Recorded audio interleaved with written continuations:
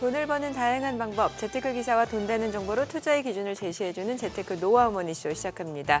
간밤 뉴욕 증시 3대 지수 혼조로 마감됐습니다. 테슬라가 좀 많이 떨어지면서 나스닥이 떨어졌고요. 다만 다우와 S&P 500은 상승했습니다. 네, 트럼프 대통령의 관세 정책에도 시장은 크게 흔들리지는 않는 모습입니다. 간밤에 제롬 파월 연준 의장이 상원 은행위원회 청문회에 참석했는데요. 금리 인하를 서두를 필요가 없다고 발언했습니다. 트럼프 대통령의 관세에 대한 질문에는 연준의 일이 아니라면서 선을 그었고요. 또 이와 같은 발언에 시장은 큰 영향을 받지는 않은 것 같습니다. 다만 국채 또 이렇게 입찰이 있으면서 10년물 국채 수익률은 4.5%를 다시 올라섰고요. 말씀하신 바와 같이 테슬라가 이렇게 계속해서 하락세를 이어가면서 어제는 또 많이 빠졌습니다. 나스닥 지수 낙폭의 대부분이 테슬라 때문이라고 할 수 있겠는데 애플은 또 알리바바와 협력한다는 소식에 2% 넘게 상승하면서 지수 하락을 그나마 좀 줄이는 양상이었습니다. 네, 어제 국내 증시 코스피 코스닥 혼조로 마감했습니다. 코스닥 약보합 그리고 코스피는 0.7% 올랐습니다. 유가증권 시장에서는 외국인과 기관이 순매수를 나타냈는데요. 트럼프 대통령이 철강과 알루미늄 관세 25% 부과를 이제 우리나라를 대상으로도 하겠다고 했지만 시장은 이미 관세 우려를 반영한 데 큰 충격은 없었습니다. 트럼프 수혜주로 불리는 우주항공 그리고 방산주의 강세도 눈에 띄었고요. 종목별로 업종별 차별화 장세가 뚜렷하게 나타나고 있습니다. 오늘은 어떤 흐름을 나타내는지 확인해 보셔야 될 것 같습니다. 네, 오늘 하우머니에서는 금리 인하기에 접어들면서 주목받는 채권 투자, 장기물과 중장기물 중 어느 쪽이 좋을지, 또 미국채보다 한국채 투자가 좋을지 함께 살펴보도록 하겠습니다.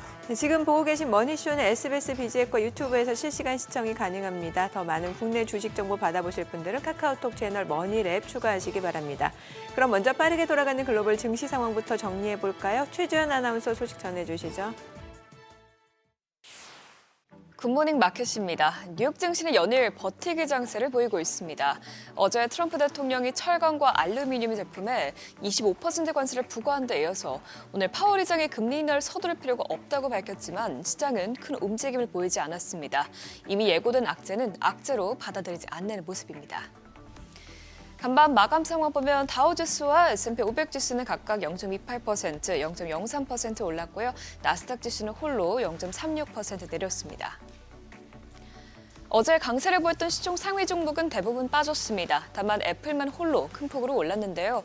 중국 시장 점유율을 회복하기 위해서 애플이 중국에서 알리바바와 함께 협력해 인공지능 기능을 적용하기로 했다는 소식이 나온 것이 호재로 작용했습니다. 시총 6위부터도 보면 최근 메타가 거센 상승세를 보이고 있는데요. 오늘도 메타는 0.33% 오르면서 17거래일 연속 오르는 기염을 토했습니다. 반면에 테슬라는 철강과 알루미늄 관세 부과에 따른 부담과 전날 머스크 CEO가 오픈에어 인수 제안을 내놓으면서 테슬라의 도전 과제들로부터 머스크의 집중력이 분산됐다는 지적이 나오면서 오늘 6% 넘게 급락했습니다. 현재 테슬라 주가는 연일 빠지면서 최고가 대비해서 30% 넘게 떨어졌죠. 이어서 오늘 이슈가 됐던 파월 의장의 발언도 살펴보면 파월 의장은 간밤에 열린 상원 청문회에서 금리 신중론을 재확인했습니다. 예상했던 대로 파월 의장은 미국 경제가 강한 성장세를 보이고 있고 인플레이션이 여전히 2% 수준을 웃돈다면서 기준금리 인하를 서두를 필요가 없다고 밝혔죠. 또한 파월 의장은 무역 정책과 관련한 질문에 대해서는 평가하기 어렵다고 언급하면서도 관세가 인플레이션 상승으로 이어질 수 있느냐는 질문에 대해서는 가능한 결과라면서 물가 상승 요인이 될 수 있다고 인정했습니다. 이 같은 발언 이후 금리 선물 시장에서는 올해 12월까지 금리를 현재 수준에서 동결하거나 한 회 인하만 가능할 것이라는 베팅이 소폭 늘어나는 것으로 나타났습니다. 이런 가운데 오늘 저녁에는 소비자 물가지수가 공개될 예정인데요. 이번 CPI 보고서도 금리 인하 경로에는 큰 도움을 주진 않을 것으로 보입니다. 월가 투자은행사에서 공개한 1월 CPI 컨센서스를 살펴보면 전월 대비 근원 CPI는 0.3%, 전년 대비로는 3.2% 오르면서 직전 달보다 소폭 오르거나 변화가 없을 것으로 예상되고 있는데요. 이를 보면 최근 몇 달 동안 디스인플레이션 과정이 정체되고 있는 것으로 보입니다. 이번 CPI 발표 후에는 하원에서 파월 의장이 발언이 나설 텐데 이에 대해서 어떤 평가를 내놓을지까지 지켜보시죠. 이어서 오늘 공개된 지표도 살펴보면 트럼프 취임 이후 급등세를 보였던 중소기업 낙관지수는 이번 달 들어서 소폭 떨어진 것으로 나타났습니다. 물론 아직 100포인트를 넘기면서 수치가 낮은 수준에 있는 것은 아니지만 불확실성 지수가 14포인트나 오른 것으로 집계됐는데요. 이에 따라서 더 적은 기업들이 자본 투자를 계획하고 있는 것으로 나타났습니다. 앞으로 추가적인 관세 조치가 나올 경우 기업들의 투자가 더욱더 줄어들 가능성이 있겠죠. 국채 수익률은 파월 의장이 금리 인하 신중론을 재확인한 데 이어서 트럼프 대통령의 관세 강행으로 인플레이션 우려가 커지자 상승했습니다. 10년물 국채 수익률은 0.04%포인트 오르면서 다시 4.5% 위에서 거래됐고요. 2년물 국채 수익률은 오늘 0.02%포인트 올랐습니다. 국제유가는 미국의 러시아와 이란을 대상으로 한 원유 제재로 인해서 원유 공급에 대한 우려가 커지자 상승했습니다. WTI와 브렌트유는 각각 배럴당 73달러, 77달러 선에서 마감됐습니다. 굿모닝 마켓이었습니다.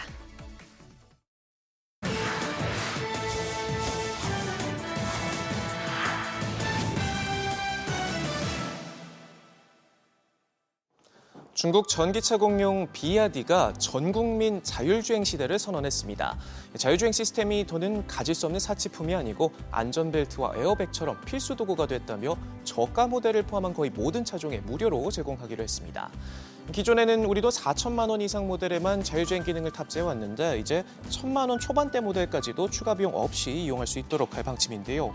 가격 전쟁의 혈안이 된 다른 중국 업체들도 2천만 원대 차량에만 적용해왔고 자율주행 기술에 올인하고 있는 테슬라는 4천만 원 이상 모델부터 적용된다는 점을 감안하면 매우 파격적인 시도입니다. 주요 외신들은 비야디가 새로운 가격 전쟁을 선포하면서 선두구치기에 들어갔다 평가하고 있습니다.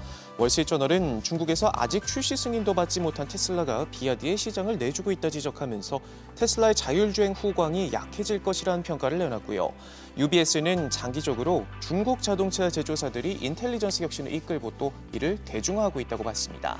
실제로 비야디는 지난해 첨단 기술 개발에 우리 돈 20조 원을 투자하겠다는 구상을 내놓으면서 기술력 끌어올리기에 여념없고요. 이 같은 노력 덕분인지 지난해 처음으로 안방인 중국에서 폭스바겐을 제치고 승용차 판매 순위 1위에 오르는 기염을 토하기도 했습니다. 전기차 순위가 아닌 전체 순위라는 점에서 더욱 놀랐고요. 외신들은 중국 국유 기업과 외국계 회사가 지배해왔던 중국 자동차 시장의 주역이 바뀌고 있다며 전기차 등의 분야에서 힘을 모은 중국차의 영향력은 세계에서도 강해질 듯하다 전망했습니다. 중국 시장에서 고전하고 있는 애플이 현지에서 인공지능 기능을 도입하기 위해 알리바바와 손을 잡았습니다. 지난해 진즉 애플 인텔리전스를 내놓고도 중국의 경우 챗GPT를 금지하고 있어 이러지도 저러지도 못한 채 발만 동동 굴러왔는데 이번 협업을 통해 불확실성을 어느 정도 해소할 수 있을 것으로 기대를 모으고 있습니다. 특히나 그 사이 굳게 닫힌 중국인들의 지갑을 다시 열 수 있는 실적 전망의 중요한 변수로 여겨지고 있는데요. 애플은 지난해 4분기 시장 기대를 웃도는 성적표를 내놨지만 매출 견인차 역할을 하는 아이폰이 부진한 모습을 보였습니다. 특히 회사 전체 매출의 20%를 차지할 만큼 노른자위로 꼽히는 중국 시장 점유율이 크게 떨어진 점이 뼈아팠는데요. 눈물겨운 할인 전략에도 중국 시장 매출은 11% 넘게 감소했는데 이런 가운데 같은 기간 중국 업체들은 안방 중국뿐만이 아니라 글로벌 스마트폰 출하의 절반 이상을 차지하며 최고의 분기를 보내는 등 바짝 추격하고 있습니다. 지난 2년여간 증시를 뜨겁게 달궜던 매그니피센트 7이 4분기 실적 발표에선 투자자들에게 실망감을 안겼습니다. AI에 대한 기대로 주가가 폭등한 만큼 탄탄한 수익으로 성장성을 증명해야 하는데 딱 기대만큼 나온 실적이 주가에 악재로 작용했습니다. 아마존과 메타 정도를 제외하면 연초 이후 줄곧 내리막길을 걷고 있는데요. 월가에선 M7 종목 급등을 경계하며 올해는 S&P 500 종목 중 나머지 493개 종목이 더 나은 성과를 낼 것이란 분석을 내놓기도 했고요. CNBC는 투자자들이 중소형주 위주로 다른 섹터로 이동하고 있다 짚었습니다. 골드만삭스는 엔비디아를 제외하고 M7의 지난해 4분기 매출은 예상과 일치했는데 이들 종목 매출이 추정치를 초과하지 못한 건 2022년 이후 처음이라고 지적했고요.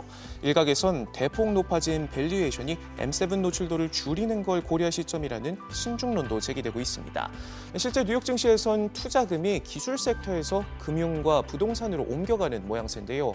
최근 한 달 새 S&P 500 섹터 중 금융업은 8.5%, 부동산은 7% 올라 가장 높은 상승률을 나타낸 반면 기술주는 1.3% 오르는 것에 그쳤습니다. 일본 기업들이 앞다퉈 미국으로 향하고 있습니다. 트럼프가 관세 정책 강화를 추진하고 이시바 총리가 대미 투자 확대를 공언한 상황 속에 현지 생산을 늘리고 있는데요. 대표적으로 도요다의 투자액은 2030년까지 우리 돈 20조 원에 이를 것으로 전망되고요. 올 하반기 미국에서 전기차 생산을 시작하는 혼다도 10억 달러를 투입해 생산 라인을 추가할 방침입니다. 일본 식품업체들도 발빠르게 움직이고 있는데 닉산식품홀딩스는 47년 만에 미국에서 공장을 가동하고 야구르트는 유산균 음료 공장을 신설합니다.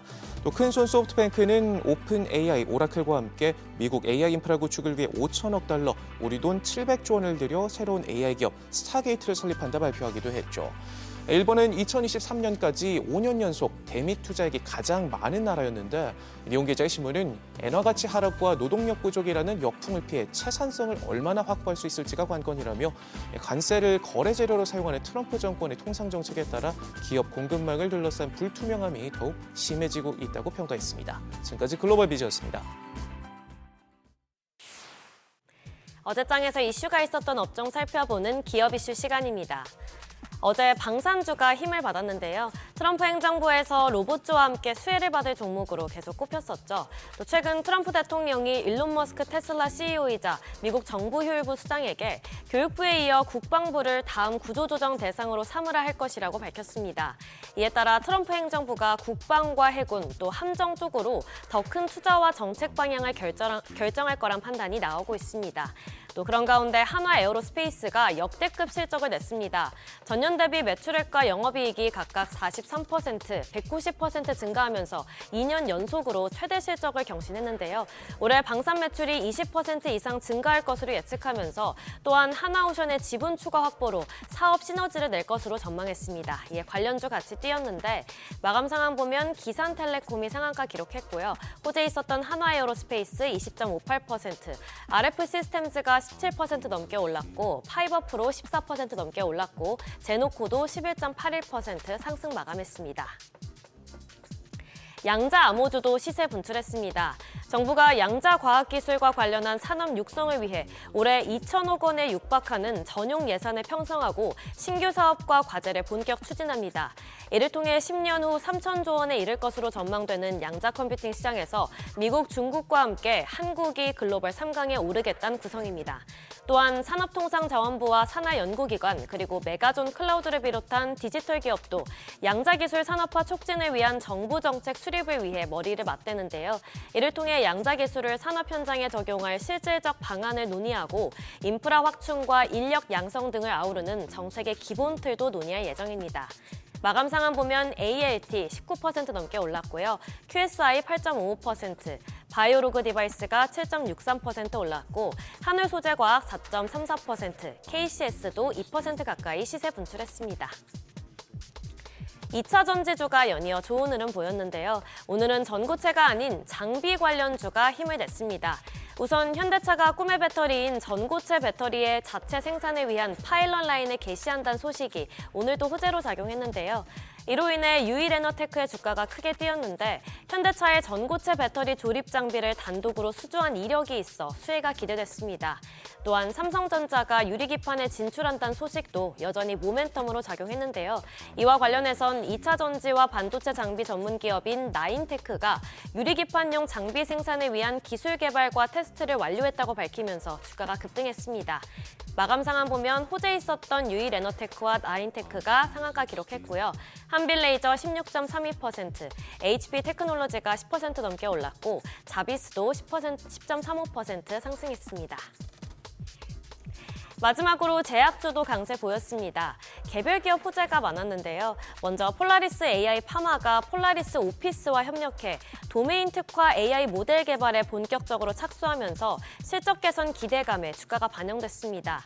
이번 AI 모델 개발은 특정 도메인에 특화된 AI 모델을 개발하는 프로젝트의 일환인데요. 제네릭 의약품의 빠른 출시를 원하는 제약업계의 요구에 부응해서 개발 기간 단축 및 비용 절감 효과를 가져올 것으로 기대됩니다. 또한 앞타바이오도 자사의 면역 항암제가 일본과 멕시코에서 물질 특허를 동시에 취득했다고 밝혔는데요. 지난해 미국 특허에 이어 일본과 멕시코에도 특허가 등록됨으로써 향후 상업화에 한 단계 더 나아갔다는 분석이 주가에 반영된 것으로 풀이됩니다. 마감 상황 보면 호재에 있었던 폴라리스 AI 파마, 앞타바이오 모두 크게 올랐고요. 또 녹십자 웰빙도 7% 넘게 올랐고 듀켄바이오 6.82%, 지노맨 컴퍼니도 6.73% 상승으로 마감했습니다. 지금까지 어제장 이슈 전해드렸습니다.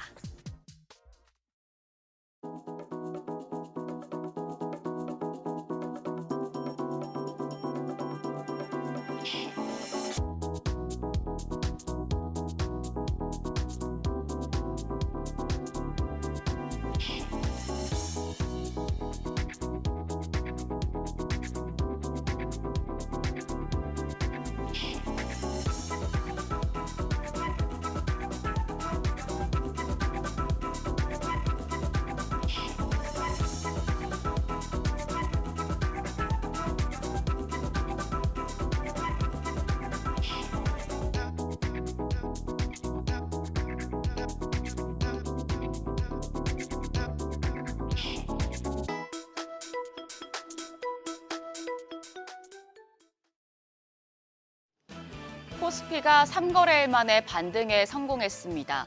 도널드 트럼프 미국 행정부가 철강과 알루미늄에 25% 관세를 부과했지만 시장은 오히려 관세 공포에서 어느 정도 벗어나는 모습입니다.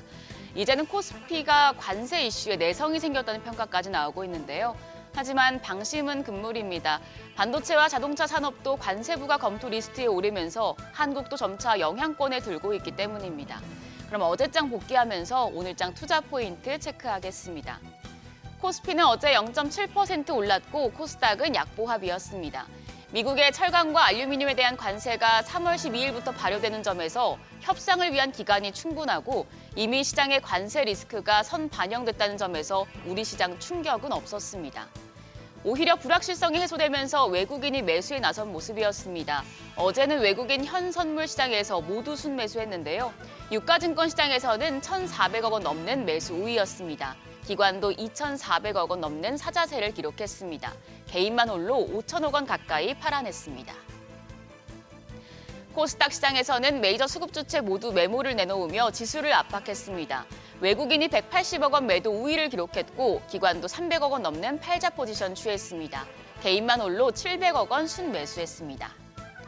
시가총액 상위 종목을 보면 반도체 관세부가 우려해도 반도체 투톱 주가는 방어됐습니다. 삼성전자가 0.18%, SK하이닉스가 0.81% 강세 기록했고요. 시총 3위의 삼성바이오로직스가 다시 올랐는데요. 4% 가까이 오르면서 장중에 52주 신고가를 경신하기도 했습니다. 그리고 LG에너지솔루션은 1% 약세였는데 또 간밤에 테슬라가 크게 떨어진 만큼 오늘 주가 추이도 지켜보셔야겠습니다. 코스닥 시총 상위 종목은 분위기가 사뭇 달랐습니다. 레인보우 로보틱스가 6% 가까이, 그리고 리누공업도 강세였지만 나머지 종목들은 하락했습니다. 특히 알테오젠과 리가켄바이오, 삼천당제약 등 제약바이오 대표주의 약세 흐름이 짙었습니다. 환율은 소폭 올랐습니다. 정규장 마감 시간 달러 기준 1원 40전 올라 1,452원 60전에 거래를 마쳤습니다. 이후에 환율은 조금 더 레벨을 낮췄습니다. 간밤 제롬 파월 연준 의장의 청문회를 소화하면서 달러 인덱스가 108선 수준으로 후퇴한 영향인데요. 오늘 새벽 6시 기준 역외환율은 1,450원 30전입니다. 외환시장 소폭 약세로 문을 열 가능성이 높겠습니다. 그럼 오늘장 투자 포인트 확인하시죠. 우선 밤사이에 페이스북 모회사 메타 플랫폼이 한국의 인공지능 칩 설계 스타트업인 퓨리오사 AI 인수를 논의하고 있다는 보도가 나왔습니다. 미 경제매체 포브스는 인수 논의가 이르면 이달 안에 끝날 수 있다고 밝혔는데요. 퓨리오사 AI는 데이터 센터 서버용 AI 추론 연산 특화 반도체를 개발하는 팹리스 반도체 설계 전문 스타트업입니다. 메타가 자체 AI 칩 개발을 위해서 퓨리오사 AI에 눈독을 들이면서 오늘 국내 증시에서 관련주들의 관심이 모아질 수도 있겠습니다. 퓨리오사 AI와 관련된 기업들 정리했는데요. 우선 네이버와 DSC 인베스트먼트는 초기 투자 유치에 참여한 기업으로 알려져 있습니다. 포바이포는 퓨리오사 AI와 함께 AI 반도체에 화질 개선 AI 서비스를 탑재하는 통합 솔루션을 개발하고 실증을 완료한 것으로 알려집니다. 엑스페리스는 퓨리오사 자금 유치에 참가한 인텔렉추얼 디스커버리를 인수한 회사로 알려져 있습니다. 또 이 기업들에 더해서 국내 AI 반도체 스타트업인 사피온과 리벨리온 관련주들도 한 번씩 체크하시죠. 다만 인수가 확정된 것은 아니고 논의 단계이기 때문에 확실한 모멘텀이 될지는 미지수라는 점도 염두에 두셔야겠습니다. 오늘 일정 보겠습니다. 오늘은 반도체 장비 전문 기업인 IST가 코스닥 시장에 입성합니다. 최근 새내 기주의 상장 첫날 주가는 대체로 부진한 흐름을 보였었는데요. IST는 어떨지 확인이 필요하겠습니다. 실적도 챙겨보시죠. 오늘 CJ ENM과 스튜디오 드래곤 등 콘텐츠 기업들 실적 발표하고요. SK텔레콤은 방금 실적이 나왔습니다. 그리고 더불어서 웹젠과 W게임즈, 위메이드 등 게임사들이 실적을 공개합니다. 어제는 카카오게임즈는 부진한 실적을 낸 반면에 크래프톤이 영업이익 1조 원을 돌파하면서 역대 최대 실적을 기록했는데요. 오늘 게임사들은 어떤 실적을 내놓을지도 주목되고 있습니다. 한편 어제 시간외 거래에서는 유리기판 관련주 일부 종목들이 강했습니다. 유리기판 대장주로 꼽히는 SKC가 장 마감 후에 실적을 내놨습니다. 적자는 지속됐지만 올해는 유리기판 사업을 본격적으로 추진하며 실적 반등을 노린다고 밝혔는데요. 다만 SKC는 1%대 약세였고요. 반면에 마찬가지로 장 마감 후에 실적을 내놓은 아바코는 호실적의 시간외 거래에서 상한가로 마감했고 그밖에 유리기판 관련주인 토모큐브 등도 상승했습니다. 유리기판 관련주 오늘장에서도 희비가 엇갈릴지 지켜보셔야겠습니다. 간밤 뉴욕 증시는 혼조세였습니다. 오늘 밤에 발표될 소비자 물가지수 CPI를 앞두고 대기 심리가 강하겠는데요. 2차 전지주들은 테슬라의 급락에 영향을 받을 수 있으니 유의하시고요. 이슈가 있었던 종목들 그리고 실적이 좋은 종목들 위주로 체크하시기 바랍니다. 지금까지 어제장 오늘장이었습니다.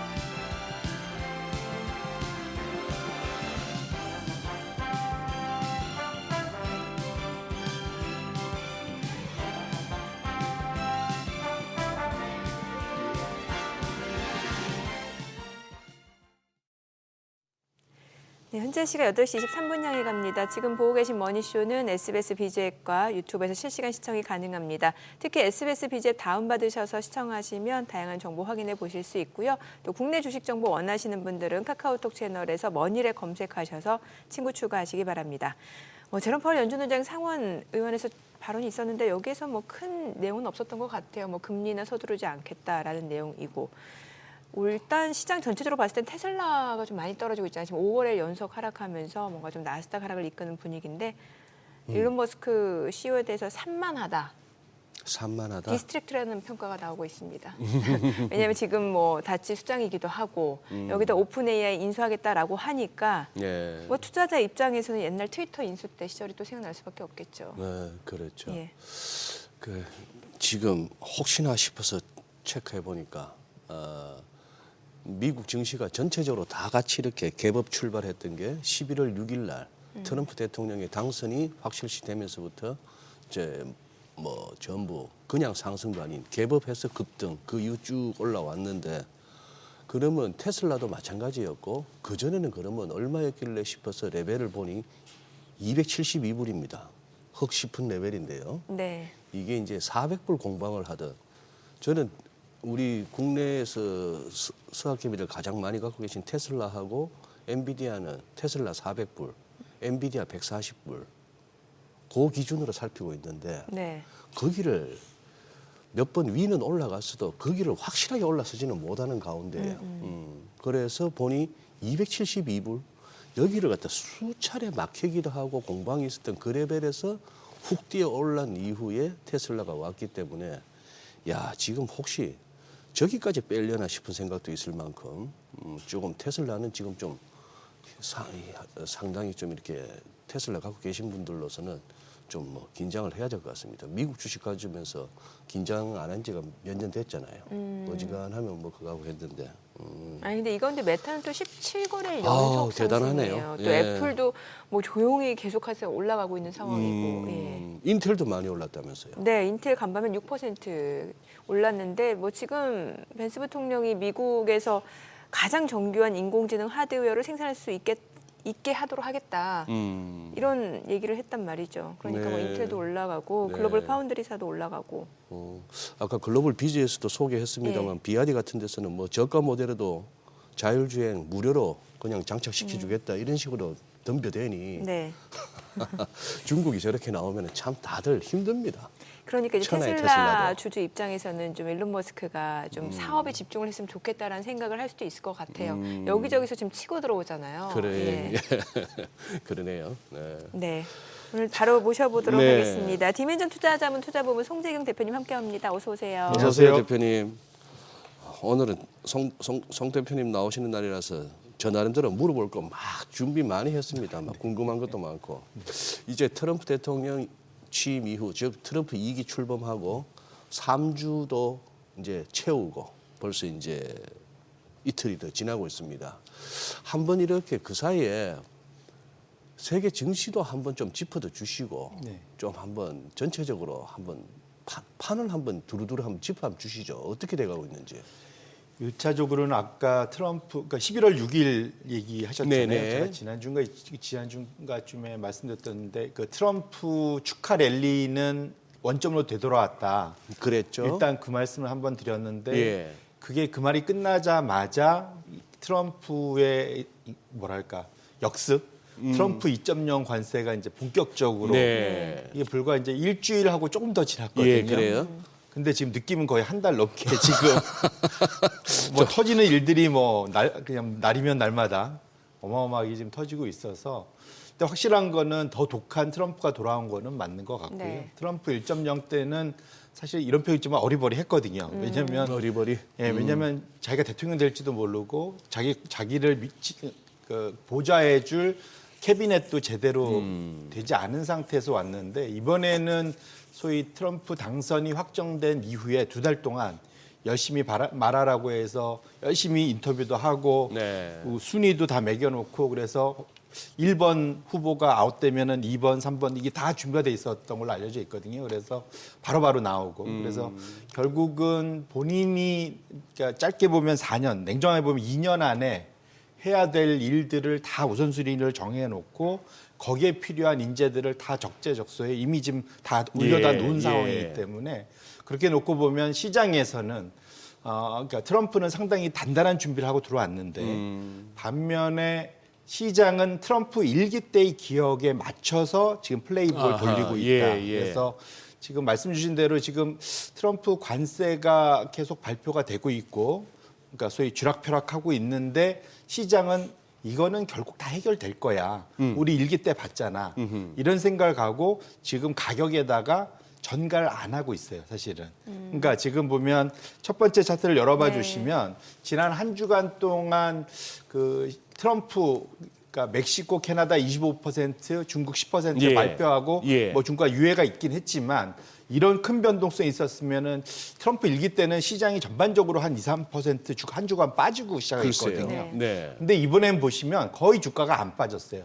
전반적으로 보합이었고 오히려 맨 왼쪽에 보시면 홍콩 항생이 오히려 거의 5% 가까이 물론 어제 한 1% 빠졌지만 상당히 많이 올라서 오히려 유일하게 지금 관세를 추가로 때려 맞은 거는 중국인데 중국 시장이 오히려 더 올라가면서 끝난 걸 보면 중국과도 미국이 결국은 협상을 성공시킬 거야라는 사실 세상 생각을 지금 주가에 반영을 하고 있는 거거든요. 결론적으로는 지금 시장은 트럼프가 관세로 이렇게 시장을 자꾸 던지는 것에 대해서 단지 협상용이고 일시적으로 자기가 원하는 것이 끝나가려면 일시적으로 끝날 거다. 그렇기 때문에 굳이 지금 주가에 반영할 필요가 없겠다라고 생각을 하고 있다라는 것이 이제 지난 한 주간의 흐름이었는데 적어도 제가 지난 주말 동안 제가 열심히 그 트럼프 내각에 들어가 있는 또 트럼프 이 자문, 경제 자문하는 분의 그 보고서를 작년 10월에 나왔던 보고서를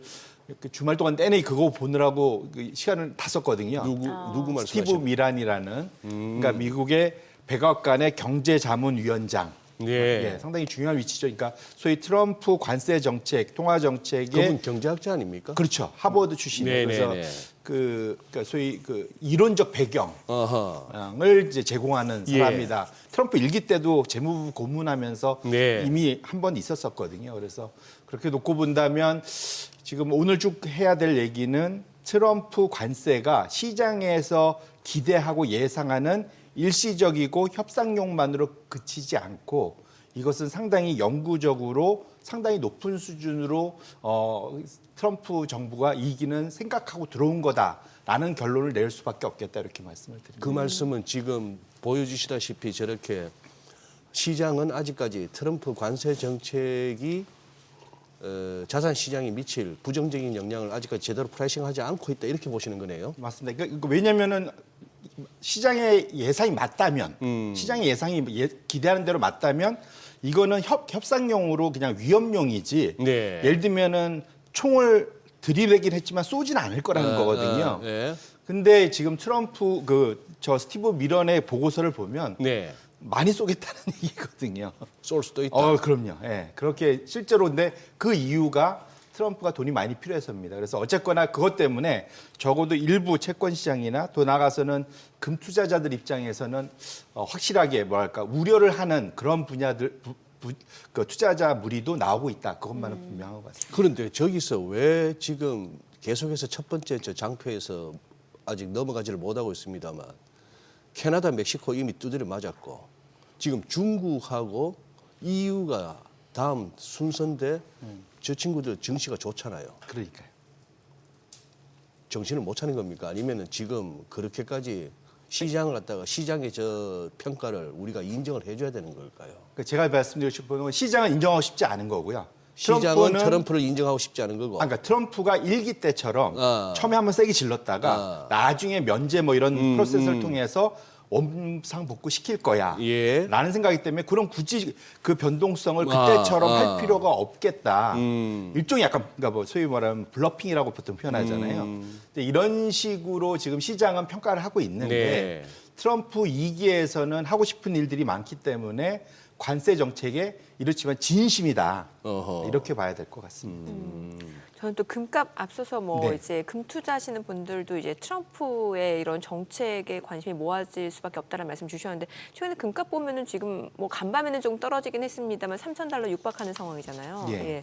왜 이렇게 올라가는 거예요? 말씀 주신 대로 지금 연초 이후에 예. 작년에도 사실은 S&P 500을 이긴 게 금이었습니다. 네. 근데 지금 올해 들어와서도 이 정도 올랐으면 멈출만도 할 것 같은데 그리고 트럼프는 상대적으로 금이 올라가는 거에 대해서 그렇게 좋을 리도 없거든요. 네. 예. 예, 왜냐하면 금이 올라간다는 기본적으로 달러 위상이 약화된다는 것에 대한 배팅도 같이 그렇죠. 오는 거거든요. 예. 그런데 보시면 연초 이후에 금 가격이 지난 주말까지 9% 올라서 S&P 500이나 뭐 이런 것에 비해서 월등히 앞서 있는 걸 확인하실 수 있고요. 그다음에 원자재 미국 국채입니다.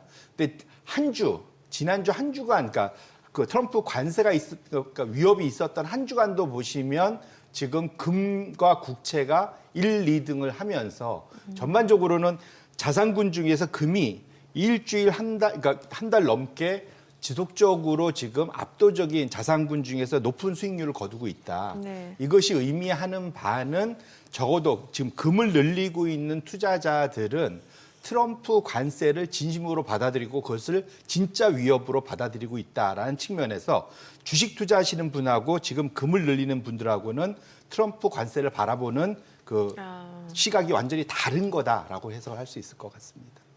그게 지금 미국 주식에 투자하는 일반 기관이나 개인 투자자하고는 또 약간 성격이 다른 어떤 금 매수 주체가 있는 것 같아요. 뉴스의 흐름을 보면은 중국 같은 경우는 뭐 아예 그동안 규제로 묶어놨던 보험사들 보고 너희들 금 사도 돼라고 했다면서요. 그 기본적으로 2년 반 동안 전 세계에서 중앙은행 중에 금을 가장 많이 구입한 것이 중국 네. 인민은행이거든요. 예. 1등이고 예. 그다음에 인도도 많이 늘리고 예. 있고 그다음에 사실은 패밀리 오피스라고 그래갖고 돈 많은 사람들이 작년에 엄청들 많이 그러니까 원래 이제 집안 자체가 그 대대로 부자인 네네. 분들이 패밀리 오피스 하잖아요. 예. 싱가포르 베이스. 예. 그쪽에서도 엄청 금들을 많이 사기 시작했거든요. 그러니까 전반적으로 지정학적 리스크, 미국의 변화 이런 거에 대해서 우려하는 사람들이 이제 사실은 금을 늘리기 시작했는데 이 정도 그 수준이 오면 좀 줄일 만도 한데 올해 들어와서도 그 속도를 전혀 줄이지 않고 있다는 게 이제 첫 번째 이유고 예. 두 번째는 사실은 이게 금이 거래가 가장 많이 되는 데는 미국이 아니고 런던입니다. 전통적으로. 예. 런던 런던 메탈 익스체인지 뭐 거기 있잖아요. LME. 예, LME. 거기에서 가장 많이 거래가 되는데 그리고 그것은 대부분 영국은행 안에 이제 보관이 돼 있는데 영란은행에. 예. 그 안에 실물을 다 찾아다가 지금 미국으로 지금 실어 날르느라고 줄을 서 있습니다. 이제 그게 무슨 말이냐면 미국으로 실어 나른다는 얘기는 연준 그 지하 창고로 간다는 얘기예요. 그건 아니고 기본적으로 개인들조차도 이제 개인들조차도. 그러니까 투자자들조차도 네. 지금 해외에 나가 있는 그냥 실물금을. 소위 증서로만 돼 있던 거를 실물금으로 실물금을. 갖고 들어오고 있는데 가장 큰 이유는 걱정은 첫 번째가 해외에 네. 갖고 있던 것들에 대해서 국내로 들어올 때 관세를 때릴까 봐. 관세 미국으로 20% 미국으로 갖고 들어올 때. 네, 예. 충분히 그 가능한 얘기거든요. 그러니까 빨리 그 전에 우리 들어와야 된다. 그러니까 결국 미국 관세를 정말로 심각하게 본다는 게 이제 실질적인 고민거리다 하나 볼 수 있을 것 같고요. 두 번째로는 이제 이게 재밌는 건데 이게 1989년, 90년도부터 우리가 한 6명의 대통령을 미국 대통령이 쭉 지나갔는데 아버지 부시부터 시작해갖고 마지막 바이든까지 쭉 지나갔는데 그때 그 1등, 그러니까 그 재임 기간 동안 금 가격이 가장 많이 오른 건 아들 부시입니다. 네. 2000년부터 2008년 사이에 안 좋은 일은 다 있었잖아요. 예, 예. 닷컴 버블 터져서 침체 왔었고 이라크 2차 전쟁도 했었고 2008년도에 금융위기도 있었고 그러다 보니까 그때만 저 왼쪽에 있지만 거의 한 210%, 그러니까 8년 동안 금 가격이 210%나 올랐었거든요. 네. 그런데 우측에 보시면 빨간색으로 한 번 더 있는 게 트럼프 1기입니다. 두 번째로 저 6명 대통령 임기 중에 4년 만에 53% 올라가면서 두 번째로 금 가격이 가장 많이 올랐었던 때가 트럼프 1기 때라는 거죠. 결국은 트럼프 2기가 됐고 좀 더 독하게 왔기 때문에 트럼프의 정책이 적어도 금 가격을 더 상승 압력으로 작용할 수 있다는 우려가 엄청 큰 거고 그것 때문에 그 관세에 대한 실질적인 위협 때문에 우측 차트의 붉은색이 지금 미국 내의 그 실물 금 재고가 빠르게 올라가는 거. 지금 해외에 나가 있는 금을 들어다가 CME의 재고 창고에다가 다 지금 다시 옮겨놓고 있는 작업들을 하고 있다는 거죠. 결론적으로는 트럼프 관세가 실제하고 꽤 오래 갈 거다라고 생각을 하는 것이 적어도 큰 금 투자자들의 생각이다. 이렇게 해석해 볼 수 있을 것 같습니다. 그동안에 송 대표님도 기회 있을 때마다 이렇게 어느 정도 투자 규모가 크신 분들이라면 그 포트폴리오에 금은 일정 비중 담고 있으라라고 쭉 권유해 주셨는데 네. 또 저 같은 차티스트는 이건 좀 과하거든요. 이 정도에서는 좀 조정받고 좀 쉬어줘야 된다 싶은데도 계속 고점을 높여오니까 이게 뭐지 싶은 생각도 들고 하는데 이게 무슨 뭐 이자가 나옵니까? 배당이 나옵니까? 오히려 보관 비용이 들고 하는데 실물금은. 그런데도 이렇게까지 막 그거 하는데 제가 좀 오버하나요? 트럼프 대통령의 굉장히 그 압축적이어야 할 그 취임 연설에서 윌리엄 맥킨리 전 대통령이 언급됐거든요. 윌리엄 맥킨리 맞아요. 맞습니다. 예. 이분이 관세도 처음 도입했던 양반이고 그리고 근본이제를 적용했던 양반이란 말입니다. 근데 사실 트럼프 1기 때부터 지금같이 저렇게 종이 돈으로 막 펑펑 쓰다가 해결 안 된다. 결국은 일단 근본이 제도로 갈 것이다 하는 그런 담론은 쭉 있었지 않습니까? 네. 요거는 좀 제가 좀 오버하고 있나요? 근본이제로 되돌아가기는 좀 어려울 것 같고요. 왜냐하면 기본적으로 근본이제라는 거는 지금도 사실은 근본이제에 가깝긴 하죠. 무슨 말이냐면, 근데 이게 금으로 바꿀 수 있느냐, 뭐냐면 그 소위 어느 나라가 통화를 발행하면 네. 그것의 가치, 그건 사실은 종이 조각이잖아요. 그러죠. 냉정하게 보면 예. 화장실에서 못 쓰는 종이 조각입니다. 네. 그런데 그것을 가치는 기본적으로 전통적인 오래된 미국, 뭐 영국, 그 주요 오래된 나라들은 그 리저브라고 하죠. 소위 중앙은행의 준비금의 7할 뭐 이런 정도를 네. 대부분 다 지금 이런 금으로 갖고 있거든요. 다만 이거를 옛날에는 원하면 가서 바꿀 수 있었어요. 그랬죠. 예, 그게 이제 브레튼 네, 우즈 맞아요. 체제라는 예, 게 그건데 예. 원래 옛날에 저는 그러니까 이게 옛날 얘기지만 영란은행이 잘 가던 이제 대영 제국 시대에는 파운드가 현재 미국 달러 역할을 했었고 영국이 1, 2차 세계대전 끝나고 나면서 완전히 이제 폭삭 가라앉았죠. 그래서 그 지위를 미국이 지금 대신을 하게 됐단 말이죠. 그러면서 만들어진 것이 1944년도에 브레튼 우즈 체제입니다. 그래서 미국 1달러, 그 미국 달러당 금 35, 그러니까 그러니까 미국 35달러에 금 하나 이렇게 연결을 시켜갖고 금일원수당. 예, 바꿀 수 있게끔 고정을 쭉 시켜놨었던 거거든요. 예. 그런데 그때까지만 해도 미국이 전 세계에서 GDP에서 차지하는 비중이 40%, 50% 엄청 컸기 때문에 그리고 미국이 잘 나갔기 때문에 이걸 해외에서 원하면 언제든 바꿀 수 있을 만큼 잘 나갔었습니다. 그런데 그 이후에 이제 유럽이 본격적으로 성장하기 시작하면서 세계대전의 그러한 그 파고를 넘어서서 성장하기 시작하면서 이제 미국보다 다른 나라들이 더 성장하니까 예. 고정 환율의 차익거래 기회가 생긴 거예요. 아하. 그러니까 미국 성장보다 해외 성장이 더 크니까 금 가격이 해외에서 높아지는 거예요. 그러다 보니까 이러면 차라리 우리 돈 바꿔서 우리 들고 있던 달러 바꿔서 금다오. 금으로 런던 가서 팔면 돈 더 벌. 이걸 막기 위한 게 71년도에 8월 15일에 닉슨 쇼크입니다. 사실 금태환 정지. 네. 그 이후부터는 금태환이 불태환이 된 거거든요. 그래서 근본위로 다시 간다는 건 사실은 어찌 보면 쉬운 일은 아니고요. 다만 중요한 거는 우리가 여기서 봐야 될 것은 적어도 지금 금 투자하는 사람들은 미국 달러의 가치가 지금 보면 우리가 맨날 강달러 얘기하는데 예. 그거는 우리나라 원화 대비 달러가 강세라는 건데 더 근본적으로는 달러의 장기 가치가 위협받고 있다. 차라리 금이 5,000년간 지속적으로 가치를 유지한 금이 지금은 오히려 좀 뭐랄까 편안하고 위험 회피적이다라는 측면에서 일정 수준을 계속 들고 가려는 노력을 하고 있다 이렇게 보셔야 될 것 같습니다. 네. 지금 최근에 뉴욕 증시 보니까 분위기가 살짝 좀 변화가 되는 것 같은 게 다우지수가 좀 버텨주는 느낌이고 이제 나스닥 같은 경우는 그동안 좀 많이 올랐던 기술주들이 뭔가 좀 물량들이 나오면서 지금 조정을 받는 모습이에요. 뭐 대표적으로 테슬라가 좀 그렇게 볼 수 있을 것 같고 최근에 뭐 엔비디아 간만 필라델피아 반도체 지수 오르긴 했습니다만 엔비디아도 좀 고점 대비로 조금 조정을 받았던 상황이고. 예, 확실히 제가 예. 지난주에 나와서 그 딥시크가 AI 투자 문법을 바꿨다 예, 예. 말씀을 드렸는데 사실은 잘 생각해 보시면 지난 2년간은 AI 관련 투자를 많이 한다면 주가가 올랐어요. 네네. 그런데 이번 실적 시즌에 확실히 바뀐 건 뭐냐면 구글이 AI 투자를 예상보다 더 많이 한다고 그랬더니 주가가 폭락했었습니다. 잘 생각해 보시면. 그래서 네. 오히려 지금은 이제 AI 투자를 과도하게 한다고 생각하면 이제는 사람들이 싫어하기 시작한 것입니다. 이게 이전에는 AI 투자를 많이 하면 좋아했는데 이제는 AI 투자를 야 그렇게 해서 돈 벌 수 있겠어? 이런 이제 이걸 본격적으로 주가에 이제 나타내고 있는 거죠. 거의 하나 더해서 사실 이렇게 된 가장 큰 이유가 기술주가 오를 만큼 정말 많이 올랐다는 겁니다. 지금 차트가 하나 열려 있는데 네. 지금 위에 짙은 검정색이 미국 달러 지수입니다. 이게 2000년도 닷컴 버블 터지기 직전 수준까지 지금 상당히 올라와서 지금 108 정도까지 지금 기록하고 있는 거고요. 밑에 녹색 선이 뭐냐면 S&P 500 지수 대비 기술 업종, 아까 기술주가 연초 이후에 지금 제일 꼴찌라고 그러잖아요. 사실은 이것이 지속적으로 지난 15년간 쭉 올라와서 S&P 500 대비 상대 성과가 2000년 닷컴 버블 고점 수준까지 다 올라왔다라는 거죠. 그래서 결론적으로는 현재 수준에서 과거의 그런 기시감 같은 거죠.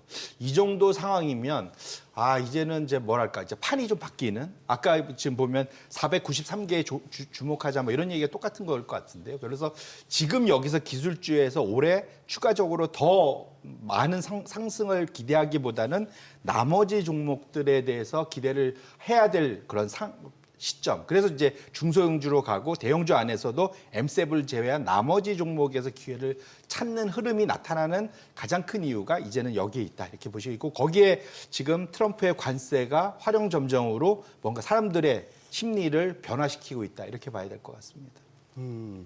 그 말씀은 그러면 뉴욕 증시 내에서도 그 기존에 잘 달리던 어떤 기술주에서는 기술주보다도 다른 쪽에 더 기회가 있다는 그 말씀이 될 것 같고. 맞습니다. 그러면 조금 국가 간으로 볼 것 같으면 미국 기술주 말고 다른 기술주에서 차라리 기회가 있단 말인가요?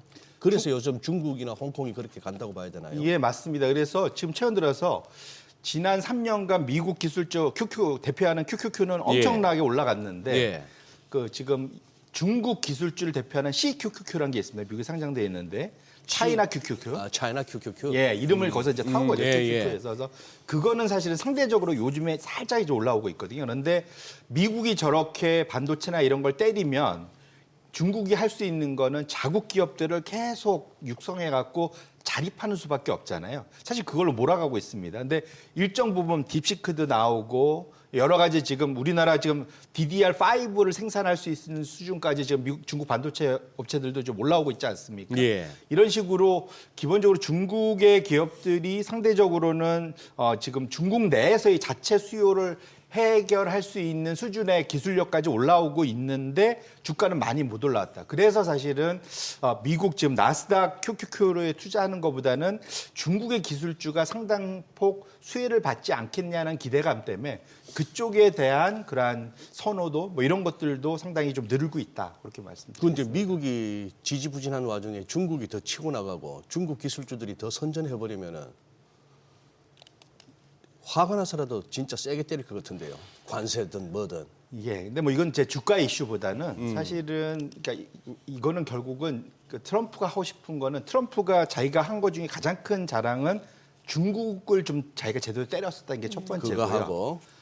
더 큰 거는 뭐냐면 감세 정책을 내가 제대로 만들었다라는 겁니다. 그런데 그 감세 정책이 올해 말이면 마무리가 돼요. 예. 마무리가 되다 보니까 그것을 다시 연장하거나 더 확대하고 싶은데 예. 그걸 하려면 지금 대충 계산을 해보면 지금 필요한 재원이 향후 10년간 거의 4조 달러에 육박한다는 겁니다. 여기 지금 보시면 재원이. 그러면 지금 안 그래도 미국의 지금 그 연방 부채가 GDP의 120%나 되고 지금 1년에 지금 이자만 1조 달러를 내고 있는데 여기서 부채를 더 찍을 수는 없잖아요. 예. 그러다 보니까 이거를 신규 재원 확보가 되게 필요합니다. 그래서 제가 협상용으로 끝나는 게 아니라 진짜 돈이 필요하다. 그래서 관세로. 예, 해외에서 돈이 필요하다. 그래서 텍스 파운데이션이라는 초당적인 연구단체에서 계산한 거라면 보편 관세 20%와 중국에서 60% 최대 관세를 때리고 나면 대략적으로 3조에서 3조 8천 달러가 향후 10년간 벌어들인다. 그러면 어느 정도는 그 소위 감세 정책을 연장 확대하는 데 필요한 재원이 어느 정도는 그 소위 메이크업이 되는 거죠. 만들어지는 거죠. 여기에 혹시라도 머스크가 그 다찌라는 그 효율성 부서에서 조금이라도 예산을 좀 줄여주면 한 1조 달러라도 줄여주면 그러면 조금 더 여유가 생길 거잖아요. 그래서 그 다찌 수장, 그 정부 효율부 수장 이것도 마른 수건짝이라는 비판도 적지 않이 있더라고요. 저는 미국의 시스템을 망가뜨릴 거라고 생각합니다. 아, 사실은. 오히려. 왜냐하면 단기간에 저렇게 쥐어짜면 원래 정부라는 게 이게 상당히 오랫동안 만들어진 시스템이잖아요. 근데 이걸 기업들 하듯이 막 잘랐다가 막 갖다 붙였다가 이게 사실은 그 정부부서라는 게 행정부서라는 게 그래서는 저는 안 된다고 개인적으로 생각을 하는데 저렇게 어쨌거나 해서라도 줄여서 2년, 지금 내 목표는 2년 안에 모든 걸 지금 해결하려고 하다 보니까 저런 무리수를 두고 있는 거거든요. 그래서 이런 표현했지만 지금 머스크는 도장 깨기 하고 다니고 있지 않습니까? 아, 네. 그 USAID 완전히 날려버리고 예. 지금 각 부서마다 지금 다 들어가서 그 표현은 이제 불필요한 돈을 줄이는 건데 네. 때로는 불필요한 게 필요할 수도 있거든요. 무슨 말이냐면 이게 버퍼란 게 어디든 여유가 있어야지 문제 해결이 되는데 말씀드린 쥐어짰다가는 나중에 그걸 그러니까 해결하지 못할 수준으로 뭔가 그 수요가 늘어나면은 그다음엔 대응이 안 되지 않습니까? 그래서 일정 부분의 사실은 여유분은 가져가야 되는데 어쨌거나 중요한 건 이제 드리고 싶은 말씀은 지금 이것이 되냐 안 되냐 이슈가 아니라 트럼프는 하고 싶어 한다는 거예요, 지금. 그래서 협상용으로 이 카드를 꺼내갖고 쓱 칼 자루만 보여줬다 쓱 넣고 끝나는 것이 아니라 진짜로 나중에 배에서 칼을 휘두를 거다라고 좀 말씀을 드리고 싶은 거고 대략적으로 본격적인 그래서 지금 저는 기본적으로 보편 관세로 가려고 할 거다라고 말씀을 드리고 싶고 그렇게 되면 시점은 언제냐 4월 1일까지 그 트럼프가 취임하면서 행정명령이 한 게 4월 1일까지 전부서는 무역 관련된 보고를 다 업무 보고해라. 네. 그걸 해갖고 우리가 교육국하고 뭐가 문제가 있는지 다 낱낱이 밝혀라. 그래서 그게 다 들어오고 나면 4월 이후부터는 저 방향으로 가려고 아마도 시도를 할 가능성이 매우 높다. 저는 그렇게 생각하고 있습니다. 실제로 지금 트럼프 대통령이 어찌됐든 돈이 필요하다 보니까 이제 감세 정책을 시행하려면 부족한 세수를 확보해야 되니까 그 내각 인사 등용 자체도 앞서 말씀 주신 대로 뭐 스티븐 미런처럼 뭔가 좀 관세 정책 자기와 방향이 맞는 사람을 지금 등용한 거잖아요. 맞습니다. 예, 이게 그럼 결과적으로는 또 강달러도 불가피할 수밖에 없는 상황이고요. 맞습니다. 지금 스티브 미런의 그 50페이지 보고서를 보면서 저 되게 힘들었어요. 네네. 야, 이게 이대로 가면 되게 힘들어지겠는데 전 세계가. 미국도 심지어 미국도. 그러니까 이게 미국이 약간 그러니까 부메랑처럼 예. 부메랑인 게 쭉 날아가서 자기한테 되돌아오잖아요. 이렇게 되지 않을까 걱정을 하는데 지금 스티븐 미런이라는 저 사람이 그 보고서 한 50여 페이지 되는 보고서에 야인으로 있을 때 써놓은 보고서입니다. 그래서 다 찾아보실 수 있는 건데 지금 보면은 경제 무역 불균형은 기본적인 문제 의식은 미국의 달러가 과대평가돼 있기 때문이다. 그래서 이것을 해소해야 된다는 게 이제 첫 번째 아이디어입니다. 그래서 이게 우리 달러 스마일 아시잖아요. 네. 달러 스마일. 네. 기본적으로는 미국 경기가 좋을 때도 강달러지만 미국 경기를 포함해서 전 세계가 뭔가 문제가 생겨도 달러는 강달러잖아요. 근데 여기에 불만이 있는 거예요. 그 경기가 안 좋고 뭐가 안 좋으면 우리도 좀 약달러 돼서 그것으로 우리가 좀 뭔가 숨통이 튀어야 되는데 왜 이거 우리가 계속 강달러를 가야 돼? 근데 사실은 기축통화로 큰 수혜를 보는 게 미국이지 않습니까? 네. 사실은 재정 적자, 그 경상수지 적자 나는 것은 어찌 보면 기축통화라는 것을 스스로 자기네가 자인하고 그걸 원했기 때문에 일어나는 결과거든요. 네. 왜냐하면 기본적으로 달러로 전 세계가 거래를 하려면 달러가 미국 내에만 있으면 안 되고 해외에서 많이 돌아다녀야 되잖아요. 그러니까 예. 해외가 잘 되면 예. 달러가 더 많이 필요합니다. 그러면 경상수지 적자가 당연히 날 수밖에 없거든요. 그래서 당연히 그 구조인데 어쨌든 그걸 인정하지 않는 거죠. 그다음에 그래서 그 문제를 첫 번째로는 관세를 통해서 세수 확보하고 그다음에 일자리 창출하고 두 번째로 그걸 하고 근데 말씀 주신 대로 일단 초기에 관세 때리면 강달러 가는데 요거는 제2의 프라자 합의, 소위 마라라고 합의 같은 걸 통해서 인위적으로 해결하겠다. 힘으로 찍어 눌러서 달러를 일시적으로 좀 팔게 하겠다라는 생각을 갖고 있거든요. 그렇게까지? 예. 그다음에 아까 말한 대로 관세는 혹시 상대방이 안 받아들이면 보복 관세 때릴 수 있잖아요. 그러면은 이게 상당히 그러니까 효과가 떨어지니까 안보 우산을 통해서 그러니까 안보하고 패키지로 연결하겠다. 이제 이런 아이디어 갖고 있습니다. 그래서 상당히 제가 보기엔 급진적이거든요. 이게 그래서 기본적으로 향후 방향성은 관세 정책을 먼저 쭉 통과시키고 난 다음에 그다음에 강달러 된 것에 대한 피해는 말씀드린 대로 통화 조정, 제2플라자 합의나 안 되면 일방적으로라도 찍어 눌러서 통화 조정을 통해서 달러를 약세로 만들겠다라는 큰 긴 보관을 가지고 움직이고 있다. 이렇게 보시면 말이 될 것 좋아져 같습니다. 플라자 어코드 합의지. 지금 멱살잡이 아닙니까? 너 달러 약세 안 해주면은 또 관세 때릴래 뭐 이런 식으로 또 그때 해가지고 그렇죠. 이게 어찌 보면 그 요즘 소위 그 일진들이 놀이하는 뭐 빵 셔틀 뭐 이런 느낌이 좀 나는 그런 정도의 수준이라고 이렇게 보고 있습니다. 그래요. 네, 지금 시각 8시 53분 지나갑니다. 오늘 양시장 호가 상황 좀 체크해 보도록 하겠습니다. 먼저 코스피 예상 체결지수부터 확인해 볼게요. 오늘 코스피가 0.4% 하락 예상되고요. 지금 호가에서 2,528포인트로 집계가 됩니다. 코스닥은 0.3% 상승 예상됩니다. 예상 체결지수 752포인트입니다. 양시장 혼조 출발 예상되네요. 시가총액 상위 종목 예상 체결가 보겠습니다. 삼성전자 0.5% 하락 예상되고요. 지금 호가는 55,400원으로 집계가 되고 있고 SK하이닉스가 2.8% 하락이 예상됩니다. 지금 호가는 194,300원 그리고 삼성바이오로직스가 보합 예상되고요. LG에너지솔루션이 0.8% 하락 예상됩니다. 예상 체결가 34만 원. 현대차도 내림세가 예상되죠. 호가는 198,700원. 기아도 소폭 하락 예상됩니다. 호가 93,500원이고 셀트리온도 하락 출발 예상되죠. 예상 체결가 17만 9천 원. 네이버가 오늘 0.8% 상승 예상됩니다. 지금 호가는 23만 500원으로 집계가 되고 있고요. 최근에 플랫폼 관련주들 계속해서 좀 상승세를 보이고 있는 상황이고 삼성전자 우선주가 오늘 3% 약세가 예상됩니다. 호가는 44,050원. KB금융 소폭 상승 예상됩니다. 예상 체결가는 84,400원으로 집계가 됩니다. 코스닥 시가총액 상위 종목 예상 체결가 보겠습니다. 알테오젠 오늘 0.6% 하락 예상됩니다. 어제 3.5% 좀 떨어진 모습인데 오늘 추가적으로 좀 호가만 놓고 보더라도 좀 약세가 예상되고요. 37만 5,500원으로 나타나고 있습니다. 에코프로비엠 0.4% 하락 예상되고요. 호가는 12만 200원. HLB는 0.9% 상승할 걸로 보여집니다. 호가가 7만 5,800원으로 나타나고 있고 에코프로가 0.8% 하락 예상됩니다. 레인보 로보틱스 오늘 1% 내림세 예상되고요. 호가는 39만 5천 원으로 집계가 됩니다. 뭐 어제 전일 급락 이후 어제 다시 좀 반등을 나타낸 측면이 있는데 오늘 좀 주가는 일단 좀 물량들이 나올 걸로 보여지고 있는 레인보우 로보틱스고 니가캠바이오가 0.4% 상승 예상됩니다. 호가는 11만 8,400원. 그리고 삼천당제약 오늘 2% 강세가 예상됩니다. 예상 체결가 18만 6,900원으로 집계가 되고 있는 상황이고 리노공업 1.98% 상승 예상되죠. 호가는 23만 2천원. 클래시스 소폭 하락 예상되고요. 휴젤이 0.78% 상승 예상됩니다. 예상 체결가는 25만 9,500원으로 집계가 됩니다. 자, 오늘 뭐 지금 양시장 분위기 보니까 일단은 뭐 대형주들 같은 경우는 오늘 좀 일부 좀 조정이 예상되고 있고 그래도 코스닥은 좀 버텨줄 걸로 보이네요. 예, 그렇죠. 예. 그러니 어제 이제 삼성전자가 분위기 좋아서 그런데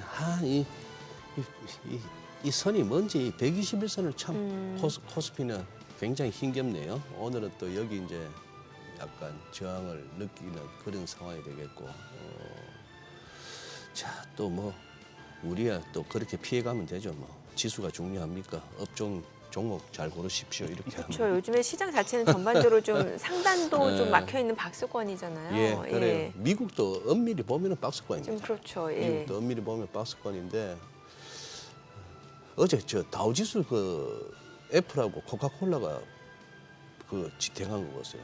아니, 코카콜라 실적 좋았는데 실적 가이던스는 그냥 그랬거든요. 실적 가이던스 고만 했는데 뭐 오히려 주가는 4%. 예, 그러니까 정확하죠. 뭐 제가 뭐 아내가 하도 말렸어도 그렇고 실제 뭐 안 좋은 것 같아서 콜라는 삼가합니다만 최근 몇 달 사이에 평소 대비 콜라를 많이 마셨습니다. 속에 천불이 나는 일이 많아가지고 뉴스 보다가도 그렇고 뭐 주변에서 약 올리는 사람도 많고 해서 약 올리는 사람. 거기다가 트럼프 대통령이 취임했지 않습니까? 아까 자료 화면 몇 개 나왔지만 그 오브로피스 그 버튼 아시죠 그거? 트럼프 특유의 이 누르면 콜라 갖다 주는 그 버튼. 처음에 그거 갖고 무슨 핵 버튼이다 뭐 말이 많았는데 그래 뭐 코카콜라가 주가가 오르긴 오릅니다만 저 그거죠. 워렌 버핏도 최애주죠. 코카콜라가. 그럼요. 예. 영원한 영원한. 최애주죠. 우리 지금 저기 송 대표님 조금 이렇게 우리 국내로 와서 뭐 송 대표님한테 업종이나 종목보다는 우리한테 닥칠 관세 조금 영향 어느 정도 가늠이 되십니까? 사실은 뚜껑을 열어봐야 되긴 할 것 네, 같은데요. 네. 왜냐하면 우리는 다행히 한미 FTA 조약을 맺고 있잖아요. 그래서 그것이 이제 방패막이가 됐으면 하는 이제 개인적인 바람을 갖고 있는데, 근데 트럼프가 우리가 잘 알고 있지만 기존의 약속은 이전 정부가 했던 약속은 이런 표현 그렇지만 본인한테는 아무 의미가 없지 않습니까? 예. 항상 네. 처음부터 세로가 되기 때문에 걱정이 하는데 지금 이거는 그러니까 지금 왼쪽부터 우측으로 보면 미국가 상호 관세라는 걸 이제 들고 나오는데 원래 보편 관세부터 시작하려고 하다가 상호 관세로 좀 틀었는데 맨 왼쪽부터 우측까지가 미국과의 주요 교역도 많은 순서대로입니다. 이렇게 쭉 보면 멕시코, 캐나다, 중국, 독일, 우리가 이제 일본 다음으로 이제 높은 나라인데 미국과의 교육 교역, 비중이 예, 높. 그러니까 좀 순서 왼쪽부터 오른쪽의 순서는 멕시코, 캐나다, 교역량이 중국, 많은 동- 순서입니다. 네네네. 근데 지금 여기 여기 숫자가 쓰여 있는 것은 뭐냐면 그냥 그 나라가 전체적으로 수입하는 그러니까 꼭 미국만 아니고 그냥 수입하는 그런 이제 수입 관세야 합니다. 이건 따로 뺄 수가 없어서 이런 식으로 로이터에서 이제 정리를 한 것 같은데 대략 우리나라에서 우리 한국에서 13.4%의 관세를 우리 정부가 부과한다 이렇게 보면 그렇죠. 되나요? 우리가 수입을 할 때 수입할 때. 단순 평균은 단순히. 13%고 네. 무역 가중으로 하면 우리가 이제 전 세계로부터 수입할 네. 거지 않습니까? 그러면 한 8.4% 되는데 이것이 탑 주요 미국 교역국들 중에서 두 번째로 높은 거죠. 인도가 제일 높고요. 인도가 거의 12%로 제일 높고 네. 무역 가중으로 그다음에 우리나라 8.4, 저 우측에 보면 브라질이 한 이제 7% 가까이 되거든요. 근데 아까 말씀드린 이거는 우리나라가 해외로부터 전 세계로부터 수입할 때 이제 그 수입 관세율이나 미국하고는 우리 서로 0%입니다. 네. 그런데 트럼프가 여기에서 그러면은 너희는 실제 우리가 FTA 맺었으니까 우리가 그냥 봐줄게 한마디로 이렇게 하면 좋겠는데 실제로 이제 그럴 거냐의 문제는 그 다음 장표를 보면은 네. 만만치 않다라는 것이 우리가 미국으로부터 무역 흑자를 많이 봐요. 얘기 개장하고 좀 들어봐야 네, 될 것 네. 같습니다. 자, 간밤 뉴욕 증시 혼조로 마무리가 됐는데 오늘 국내 증시는 어떤 출발 나타내는지 흐름 확인해 보도록 하죠. 국내 증시 개장합니다.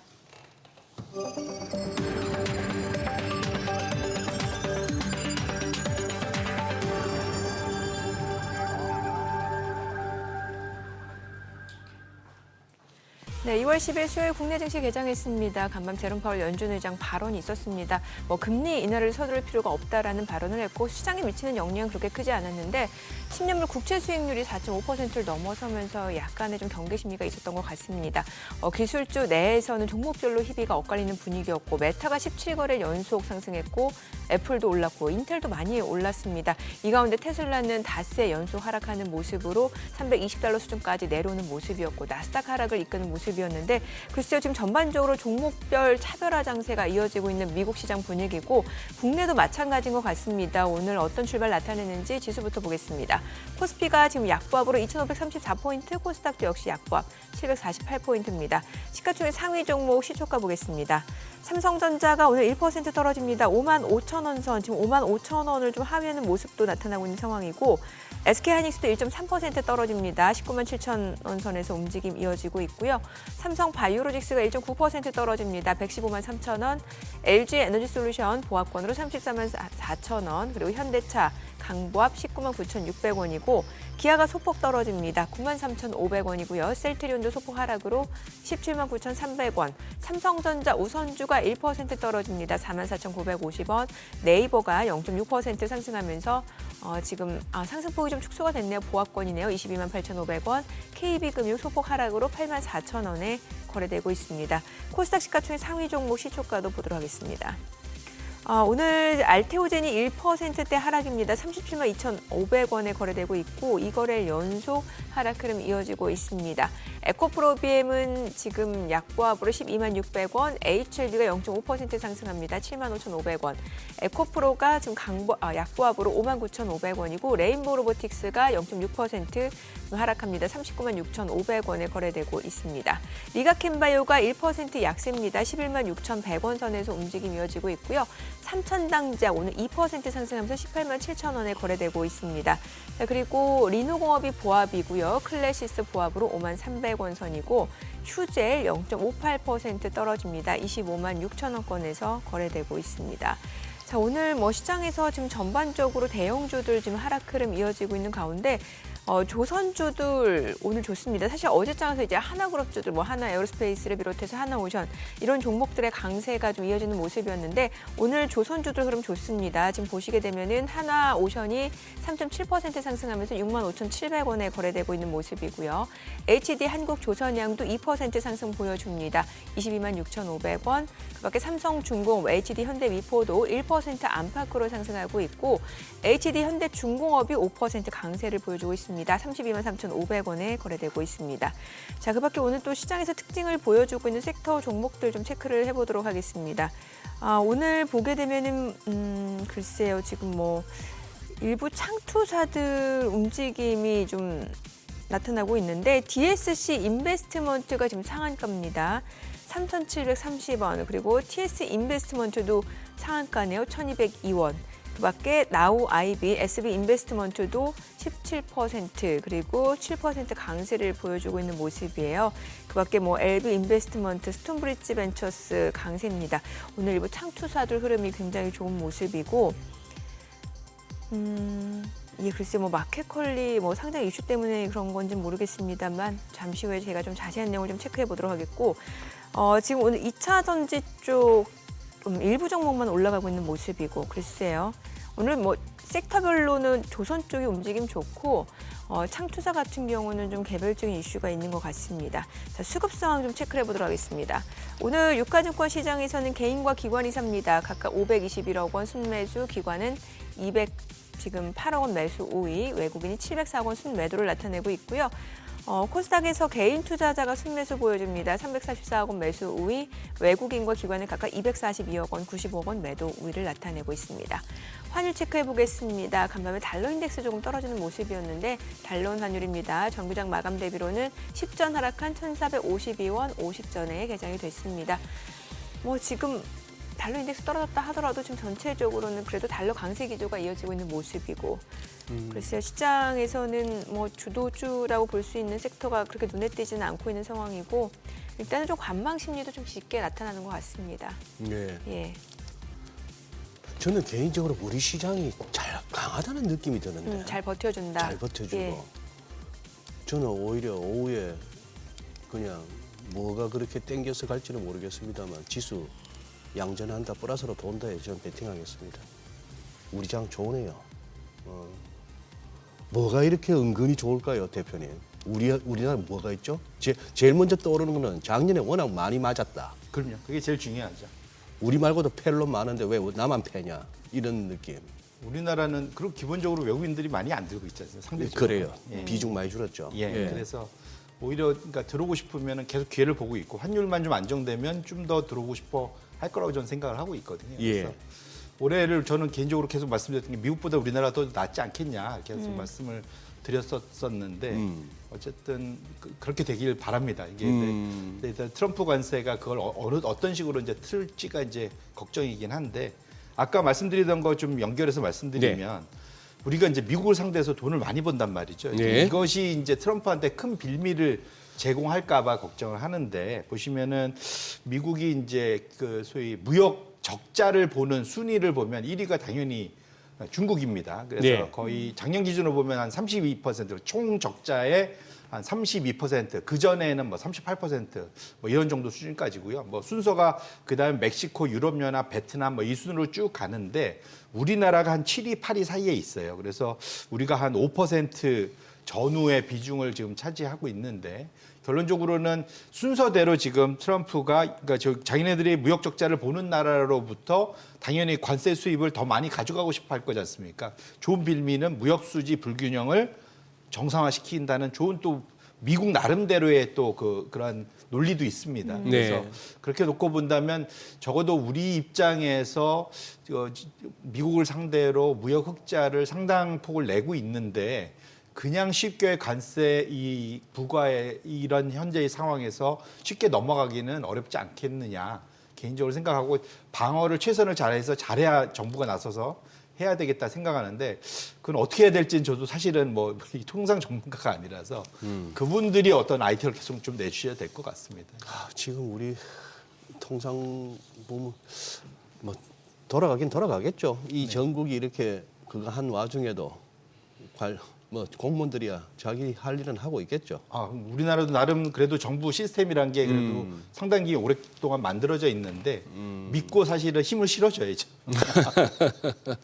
예. 아니 왜냐하면 이게 요즘 시장 자체가 박스권이다 보니까 주도주도 없고 사실 시장 소장님이 잘 버텨준다는 말씀 주시긴 했는데 우리 개인 투자자분들의 체감 지수는 어떨지 모르겠어요. 이게 왜냐하면 미국 쪽에서도 이제 미국 투자하시는 분들 같은 경우도 지금 뭔가 분위기가 바뀌다 보니까 이게 발빠르게 포트폴리오 재편을 하지 않은 분들은 그 기존에 가져갔던 수익률이 좀 축소되는 양상일 수도 있을 것 같고. 그렇죠. 또, 성악개미 분들은 특히 좀. 그리고 예. 또 국내 증시 투자하시는 분들 같은 경우는 주도주가 지금 딱히 없다 보니까 사실 조선주 좋다고 할 때는 이미 또 가격이 오른 측면이 있었거든요. 맞습니다. 예. 그래서 지금 1월 초 이후, 그러니까 연초 이후 지금까지의 주도주로 보면은 기계업종하고 조선 이쪽이 이제 1, 2등 순서거든요. 그래서 네. 과거의 흐름으로 놓고 보면 적어도 상반기는 그 두 업종이 여전히 간다. 시장 대비 더 많이 오른다라고 봐야 될 것 같은데 다만 이제 결국 트럼프가 이 관세를 어떤 식으로 때리냐에 따라서 또 그 향방을 바꿀 수 있지 않을까 우려를 하고 있는데요. 어쨌든 그 기계업종에서도 보면 가스 터빈이니까 소위 가스 발전과 관련된 그쪽 밸류 체인 같은 경우가 연초 이후에 사실은 각광을 많이 받는 것도 역으로 보면 또 이제 트럼프 정책에 대한 수혜 기대감 네. 뭐 이런 거라고 봐야 될 것 같거든요. 그래서 전반적인 흐름 자체는 연초 이후에 결국은 트럼프의 정책에서 수혜를 보들 수 있는 부분.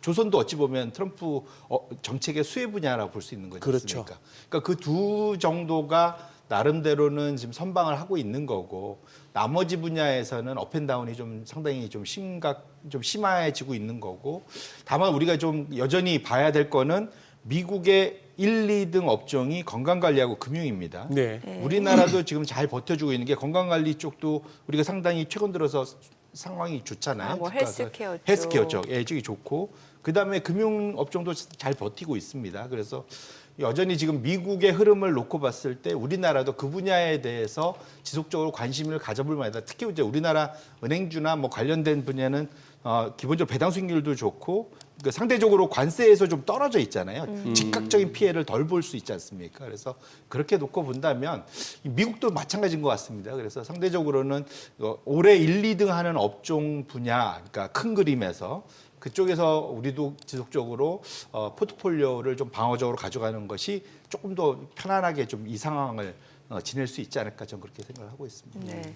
오늘 보니까 외국인들 뭐 전체적으로는 매도긴 합니다만 섹터별로 봤을 때 말씀 주신 대로 이제 금융주 쪽 좀 순매수를 하니까 이게 뭐 증권, 은행 또 이게 보험사 쪽이 좀 주가가 오르긴 하네요. 근데 좀 무겁고 사실 투자자 입장에서는 좀 재미없는 섹터잖아요. 그렇죠. 그래서 예. 그러니까 이 소위 이제 트레이딩을 많이 하시는 분들, 손바뀜을 많이 하시는 분들 입장에서는 참 재미없는 업종인데 조금 길게 투자하셔야 되고 나의 예를 들면 내가 퇴직금 관리하고 뭐 내 연금 투자하고 뭐 이런 쪽 입장에서 놓고 보면 재미없지만 꾸준한 그런 수익률이 제일 좋거든요. 그래서 네. 그렇게 놓고 본다면 지금 상황에서는 아까 말씀드린 대로 한 6개월, 1년 후에도 좀 서서히 주가 수익률이 유지되거나 올라가주는 그런 분야의 포트폴리오를 좀 충분히 그 비중을 가져가시는 것이 그 매일매일 하루 종일 투자하실 게 아니면 예.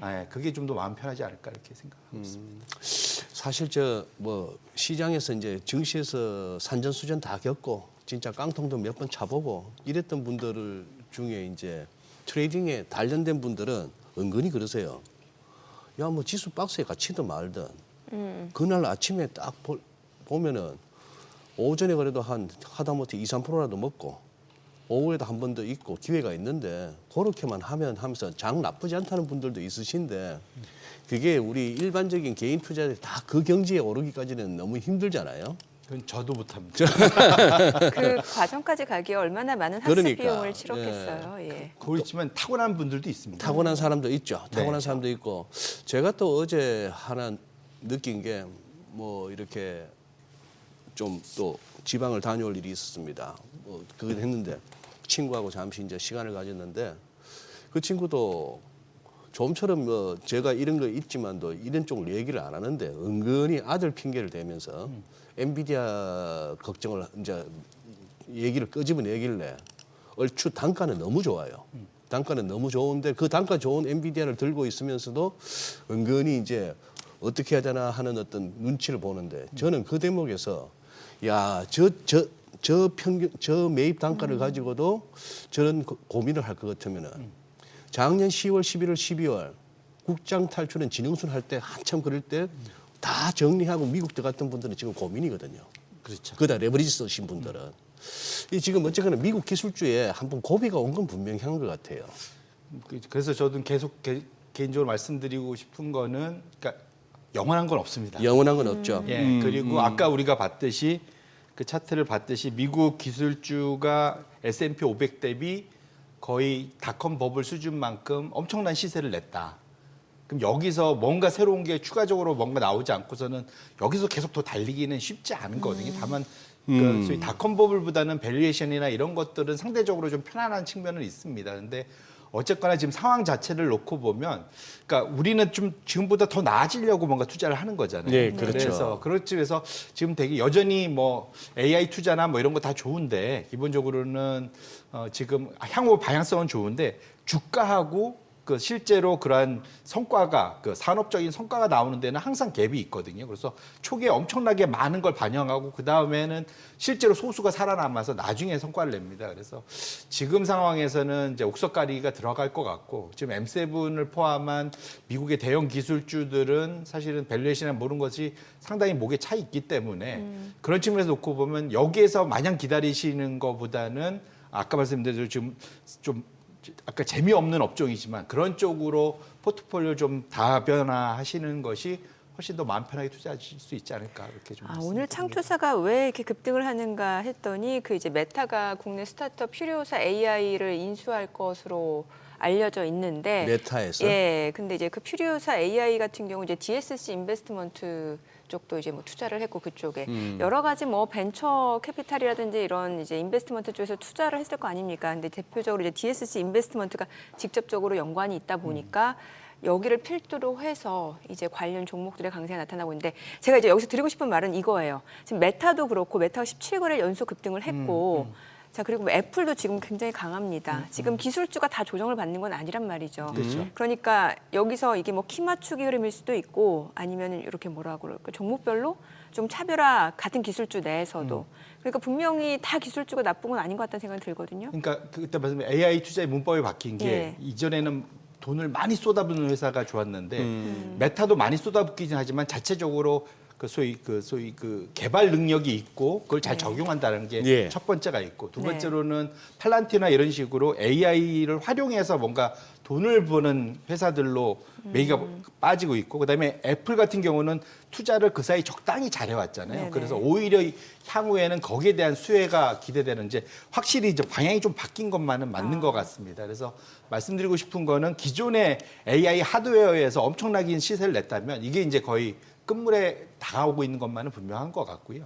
이후로는 이것을 활용해서 뭔가 돈을 벌 수 있는 쪽의 기대감으로 넘어가고 있는 것만 분명해서 그래서 지금 말씀드린 대로 우리나라에서 제일 인기 없는 서학개비들한테 제일 인기 없는 종목이 메타거든요. 메타는 탑10에 들어온 걸 제가 거의 못 본 것 같아요.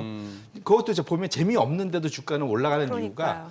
워낙 그 소위 그 코스트 컨트롤을 잘하는 회사로 잘 알려져 있습니다. 그래서 일시적으로 투자가 늘었다 해도 결국 그걸 극복하고 나중에 이익을 제대로 그러니까 이렇게 배달시키는 그런 회사이기 때문에 그래서 메타가 미국에서는 상당히 인기를 끌고 있다라고 저는 해석을 하고 있어서 그런 식의 잣대로 지금 종목들을 골라보시면 어떨까 이렇게 생각을 합니다. 네. 자, 오늘 내용 잘 들었습니다. 예. 고맙습니다. 감사합니다. 네, 오늘 들으신 내용과 관련해서 더 다양한 정보 원하시는 분들은 카카오톡 채널에서 머니랩 검색하셔서 친구 추가하시기 바랍니다.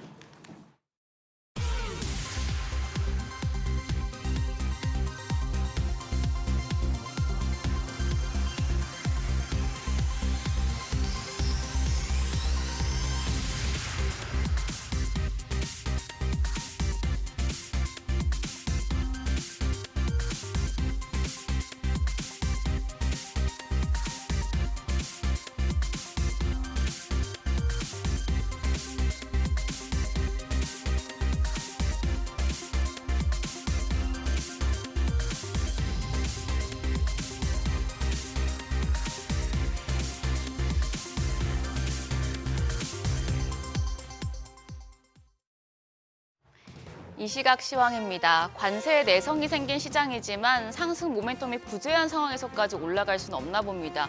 오늘 양지수 모두 내리고 있습니다. 코스피가 0.17% 약세로 2,534선 가리키고 있고요.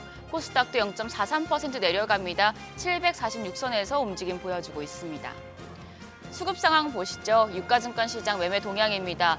오늘 외국인이 팝니다. 1,245억 원의 매도 우위 기록 중이고요. 반면에 기관이 454억 원 순매수, 개인 역시도 764억 원 사자 포지션 취하고 있습니다. 코스닥 시장에서는 외국인과 기관 양 매도가 나옵니다. 외국인이 449억 원 팔자 포지션 취하고 있고 기관 역시도 200억 원 넘는 매도 우위 보여주고 있습니다. 이런 가운데 개인만 홀로 672억 원 순매수 기록 중입니다. 등락률 상하이 업종입니다. 오늘은 해운과 조선 그리고 우주항공과 국방업종이 상승률 상위권에 위치해 있습니다. 반면에 게임과 반도체 장비 쪽 제약업종은 하락폭이 큰 것으로 집계됩니다. 그럼 시장을 주도하는 테마 종목별 시세 체크하겠습니다. 오늘 조선주가 강합니다. 조선주 최근에 호실적에 트럼프 수혜주로 부각되면서 상승세를 이어가고 있는데요. 증권가에서는 고환율 국면이 장기화될 가능성이 커진 데다 미국의 중국 조선업 견제에 따른 국내 업체들의 반사 수혜가 기대됨에 따라 여전히 주가 상승 여력을 보유하고 있다는 분석이 나오고 있습니다. 조선주 내에서는 HD 현대중공업이 오늘 10% 가까이 올라갑니다. 현재 거래가 33만 5,500원이고요. 하나오션이 2%대 상승세, HD 한국조선해양이 3% 가까이 올라가면서 현재 거래가 22만 8천 원으로 집계되고 있습니다. 더불어 HJ중공업이 3.63%, 삼성중공업도 2%대 상승세 시현 중입니다. 조선주와 더불어 조선기자재 섹터도 상승하고 있습니다. 기자재 쪽에서는 STXNGD 7.39% 강세입니다. 현재 거래가 2만 5천 원이고요. 케이프가 2.57% 상승하며 6,790원, 대양전기공업이 1.74% 상승하며 15,840원에 거래되고 있습니다. 더불어서 세진중공업 2.4% 올라갑니다. 거래가 8,530원이고요. HD 현대마린엔진이 0.72%, 1% 가까운 상승세로 거래가는 27,850원으로 집계되고 있습니다.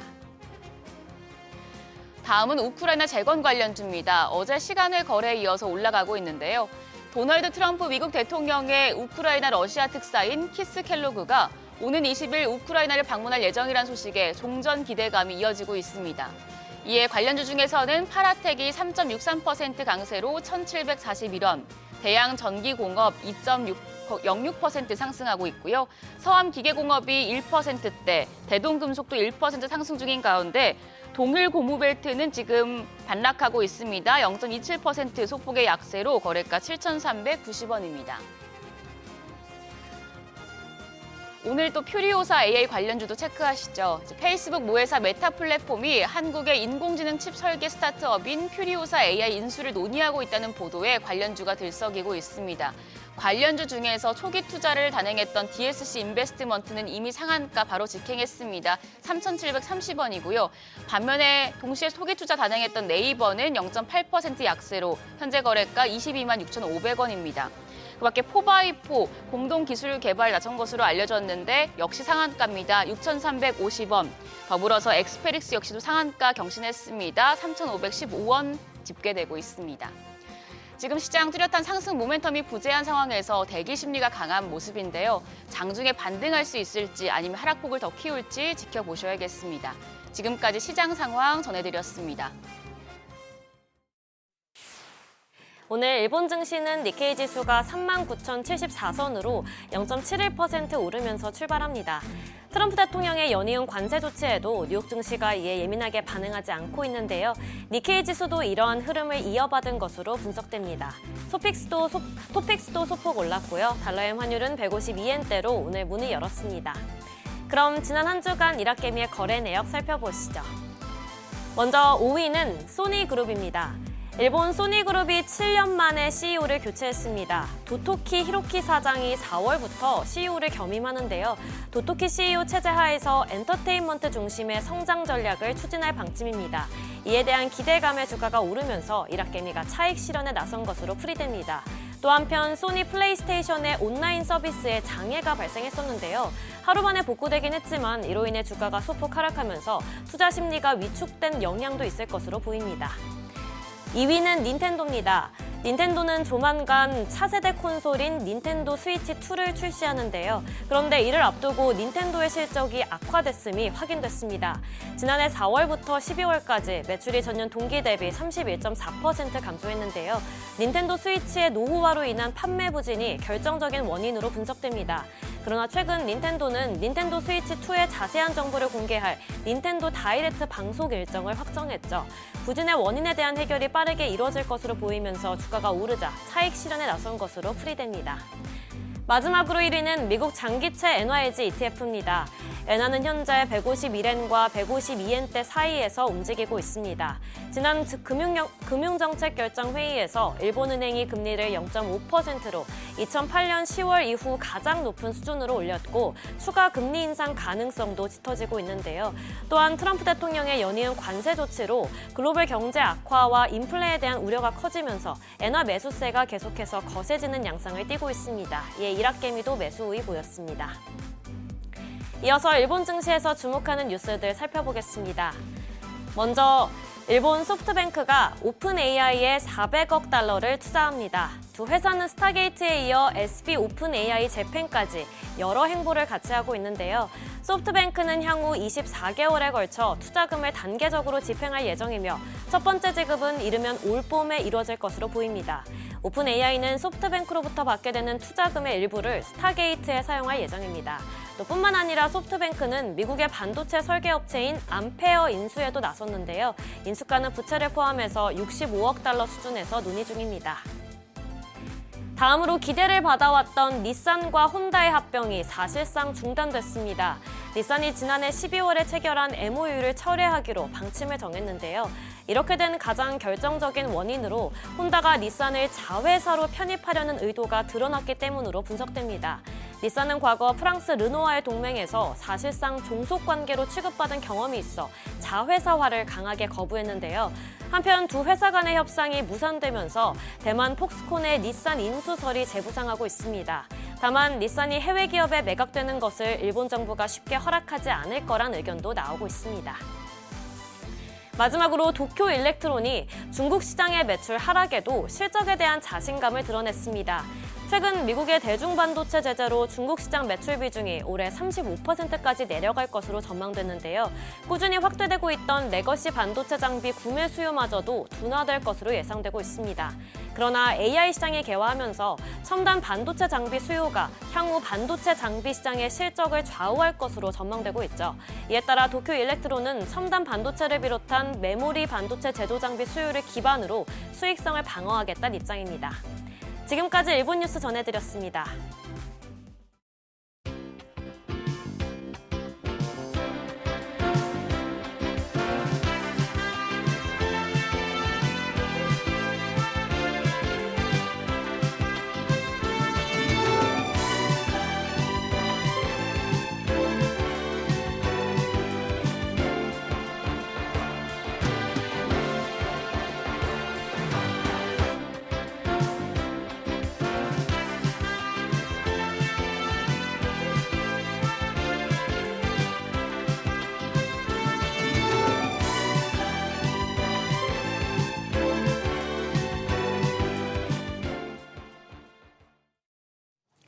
네, 저희가 어제는 또 트럼프 대통령 관세 정책 등에 따른 미 국채 수익률 흐름을 좀 중점적으로 짚어봤는데요. 오늘은 우리나라 국채죠. 국고채에 대해서 짚어보고 투자 관점에서 또 장기물, 단기물의 특징에 대해서 좀 알아보도록 하겠습니다.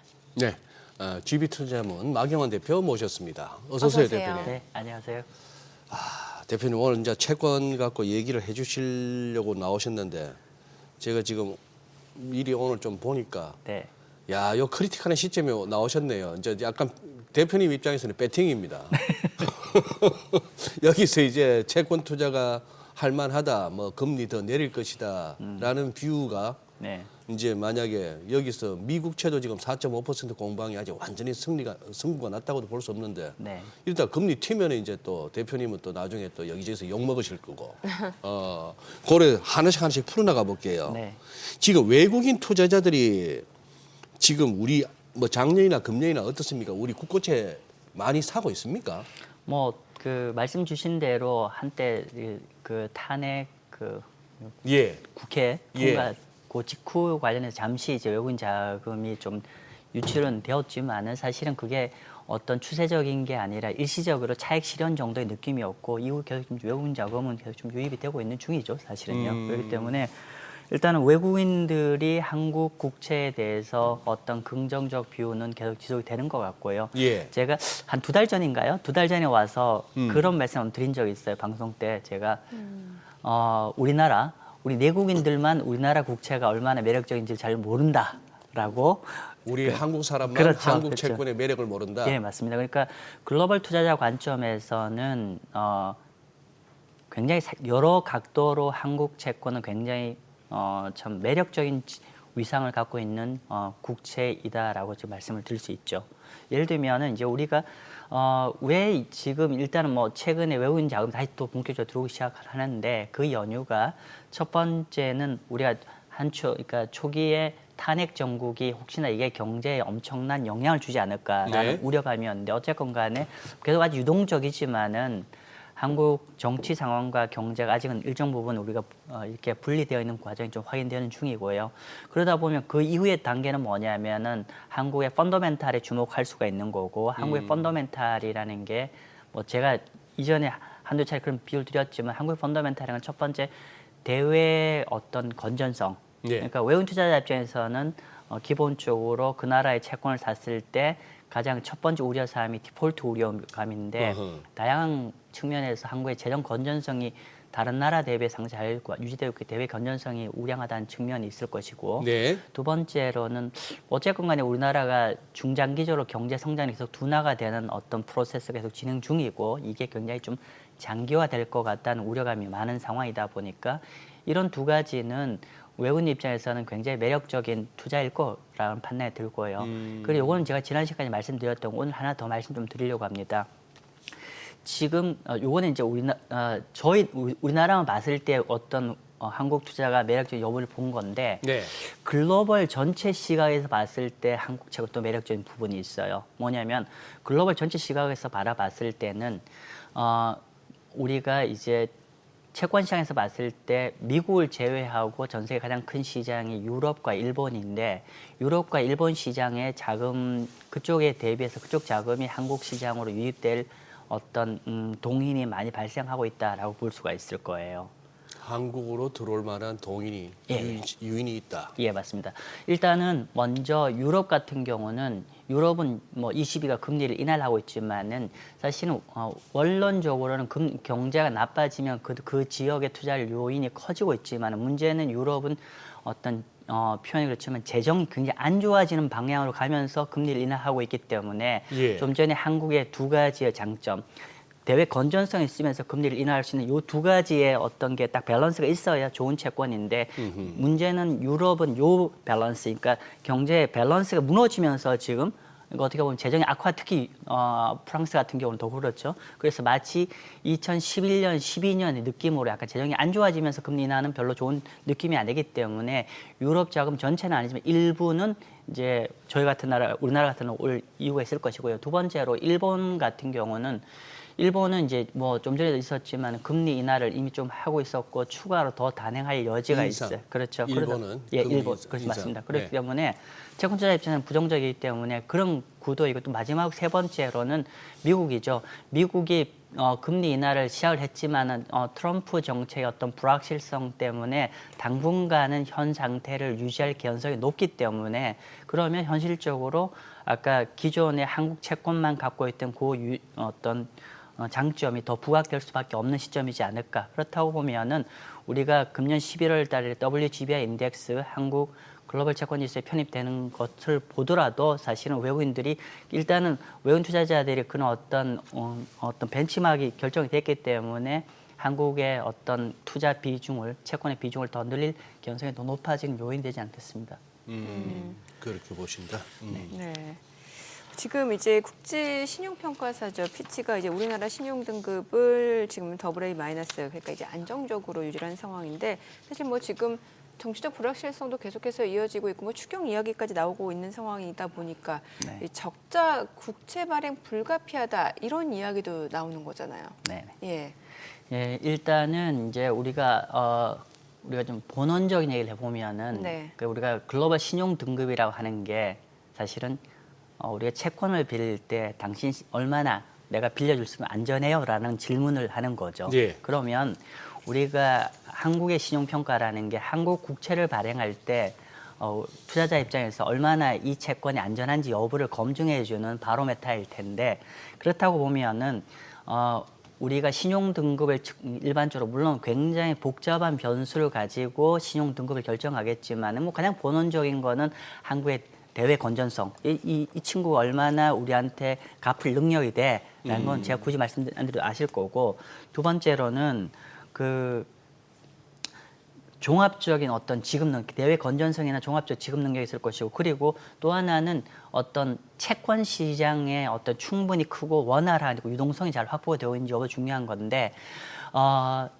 우리가 그 3대 신평사가 있는데 혹시 3대 신평사들이 한국이 지금 더블 A인데 네. 언제 한국이 더블 A로 올라왔는지 좀 기억나시는지요? 꽤 오래됐는데 한 1, 20년 되지 않았습니까? 예, 맞습니다. 예, 지금 보시면은 예를 들면은 우리가 무디스 기준으로는 딱 10년 됐습니다. 10년 됐고. 예, 그 나머지 피치는 2012년이니까 한 3, 4년 됐고 뭐 S&P는 2016년이니까 9년 됐는데 어쨌건 간에 기본적으로 10년 이상 이 정도, 그러니까 이미 10여 년 전에 한국 채권 시장에 대한 어떤 규모의 경제나 유동성이 검증된 거기 때문에 네. 뭐 우리가 우려한 대로 갑자기 신용 등급이 바로 하락할 가능성이 낮고, 물론 이제 최근에 추경을 혹시나 많이 하면은 전반적으로 재정에 좀 악화되는 거 안에서 신용 등급이 영향을 주지 않을까 싶지. 우려감인데 어쨌든 아까 변수는 그러고, 근데 추경도 우리가 좀 간단히 짧게 말하면은 그 뭐 예를 들면 30조를 한다고 하더라도 전체 GDP 대비 한 1% 정도 증액 정도이기 때문에 뭐 그렇게 큰 우려는 없지 않나 싶습니다. 지금 우리가 더블 A 많았습니다만 저 거의 미국도 지금 더블 A 아닙니까? 맞습니다. 그죠? 가장 높은 레벨입니다. 거의. 신용 등급으로 봐서는 우리도 미국하고 같은 네. 취급을 받고 있는 거고, 전망도 안정적이라는 얘기는 뭐 당분간 강등될 이유도 없다 이렇게 보면 되는 거고. 예, 그렇죠. 정치적 큰 우리의 변수만 없다면은 뭐 예. 그렇게 걱정 안 하셔도 될 것 같습니다. 근데 30조 갖고 될까요? 30조. 30조 갖고 될지에 대해서는 뭐 제가 이제 그쪽 전문가는 아니기 때문에 네네. 말씀을 드립니다. 물론 이제 현실적으로 지금 우리가 이 뭐 양동 작전이 있어야겠죠. 우리가 보면 통화 정책이 있고 재정 정책이 있을 네. 거고, 지금 방금 말한 거는 이제 국채를 더 발행해서 추경을 통해서 30조를 얘기하는 거고, 여기에다 추가적으로 이제 금리 인하 카드를 통해서 같이 갈 건데, 글쎄요, 뭐 이거는 어떻게 볼지는 모르겠지만 일단 시장에서 예측한 거 20, 30조 정도면 1차적으로 급한 불 정도는 크지 않을까 싶고, 물론 이제 한국 경제가 얼만큼 더 나빠지냐에 따라서 우리가 그러니까 실탄을 얼마나 더 확보를 해야 되는지 다르겠지만, 만약에 한국의 추가가 경제가 금년 하반기에 더 나빠진다고 하면 50조 정도까지 더 쏴야겠죠. 예를 들면은. 그래서 뭐 그럼에도 불구하고 우리가 30조일지 50조일지는 모르겠지만 한 30조 정도는 우리가 충분히 시장이 감내할 규모이고, 근데 이제 만약에 말씀 주신 대로 한국의 경제가 우리가 저기 대처를 좀 잘 못해서 경제가 생각한 것보다 트럼프 어떤 이 통상 압력에 더 우리가 충격을 더 많이 받는다고 하면 50조까지도 우리가 뭐 예상은 할 수 있겠죠. 네. 지난해 이제 시장 금리가 좀 떨어지면서 그 A급 채권에 대한 투자 수요가 확대가 됐다고 하는데, 보니까 뭐 트리플 A라든지 더블 A 급보다도 오히려 A급 발행 규모도 지금 늘었고 투자자들도 좀 주목하고 있다고 하는데, 혹시 이 A급 채권 투자할 때 좀 주의할 점 또 장점이 있다면 어떤 게 있을까요? 네, 지금 A급이라는 거는 예. 우리가 보통 일단은 우리 시청자분들이 그러니까 방금 이제 앵커님 말씀하셨던 A라는 건 싱글 A를 얘기하는 예. 거고, 보통 채권 우리가 일반적으로 얘기하는 국채는 트리플 A죠. 트리플 네. A, 더블 A, 싱글 네, A인데 네. 싱글 A가 싱글 회사채 수요가 커졌다는 의미인데, 그건 아마 이런 것 같습니다. 일단은 기본적으로 우리가 국채 중심으로 금리가 이제 이미 3% 아래로 내려오다 보니까 어떤 우리 영어로 yield search, 그러니까 어떤 금리 좀 높은 거를 추구하고자 하는 어떤 자금의 흐름이 커지다 보니까 그런 것 같고요. 그리고 또 하나는 이제 상대적으로 외관상은 아직까지 우리가 싱글 A 기업들의 어떤 유동성 위험이라든지 이런 게 없는 상황이다 보니까, 그러면은 우리가 통상적으로 부도날 리스크가 별로 크지 않은 상황이면 이왕이면 금리를 좀 더 높게 갖고자 하는 게 일반 투자자의 심리인데, 현재 그 상황에 그딱 부합이 되는 상황인 것 같고요. 단지 이제 우리가 방송을 보시는 개인 투자자 입장에서는 저는 개인적으로는 싱글 A 회사채는 투자를 권하지 않습니다. 왜냐하면은 이런 거죠. 우리가 좀 물론 이제 증권사에서 싱글 A 채권은 고객들한테 권하는 채권은 아마 보시기에는 현재는 별 문제가 없는, 그러니까 안전해 보이는 회사채를 분명히 권할 텐데, 뭐 이 정도면은 그래 큰 문제 없을 것 같고, 또 금리도 뭐 국채보다는 한 0.5% 정도 더 높을 것 같아서 아마 하실 텐데, 근데 중요한 거는 중요한 거는 지금이 아니라 만약에 경제 상황이 추가적으로 더 나빠졌을 때 내가 투자했던 이 채권의 어떤 리스크가 없는지 여부가 더 중요한 얘기고 그렇게 봤을 때 보통 이제 경제가 예상보다 좀 더 나빠진다고 했을 때 가장 중요한 거는 물론 이제 이론적으로는 부도 리스크가 제일 크지만 부도 리스크보다는 유동성 리스크, 즉 중간에 내가 팔고자 할 때 중도 매각이 원활할지에 대한 퀘션이 좀 있고요. 두 번째로는 설령 중도 매각이 된다고 하더라도 우리가 보통 경제가 나빠지면 제가 주로 국채를 얘기하는 경제 나빠지면 국채는 금리가 내려서 매각 차익이 발생하는데 만약에 동일한 상황에서 그런 싱글 A 회사채 같은 경우는 매각 차익이 발생하기가 좀 어려운 상황이죠. 오히려 리스크가 점증하니까 가상금리가 뜨기 때문에 좀 중도 매각 이슈도 있고 또 매각하더라도 매각 차익이 거두기가 좀 쉽지가 않지 않나 봅니다. 지금 대표님, 네. 제가 지금 화면을 보고 한번 읽어보겠습니다. 네. 지금 CD 91일짜리가 2.99, 3%로 보면 되겠고, 네. 뭐 CP는 3.2%, 네. 통한채 1년물이 2.63, 그다음에 국고 3년물 2.63, 국고 5년물 2.7. 네. 이제 회사채 가니까 이제 뭐 3.2 이렇게 되니까 네. 얼추 지금 한 2.7 근방이에요. 네. 2.7% 근방인데 네.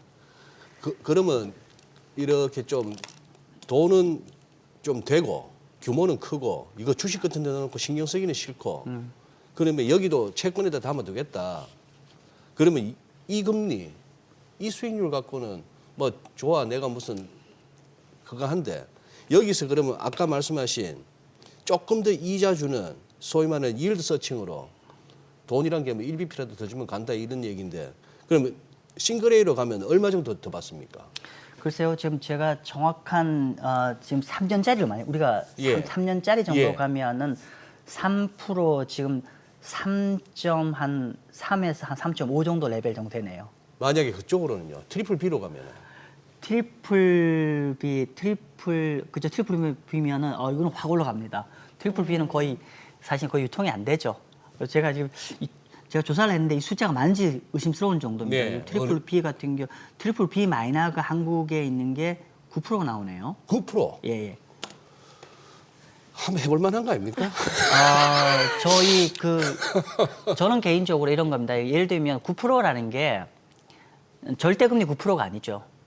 0.9%입니다. 연. 0.9%의 채권 부도가 나면 다 사라집니다. 다 사라지죠. 그래서 저는 0.9%라고 하는 채권에 전 뭐 좀 물론 뭐 보수적이라서 그런지 모르겠지만 전 절대 권하지 않습니다. 특히 개인들 같은 경우는 주식 같은 경우는 만약에 종목이 안 좋다면 딱 빠지면 바로 던질 수 있지만은 네네. 아무도 안 사죠.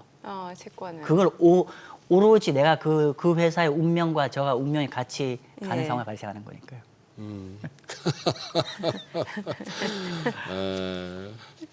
아니 근데 예.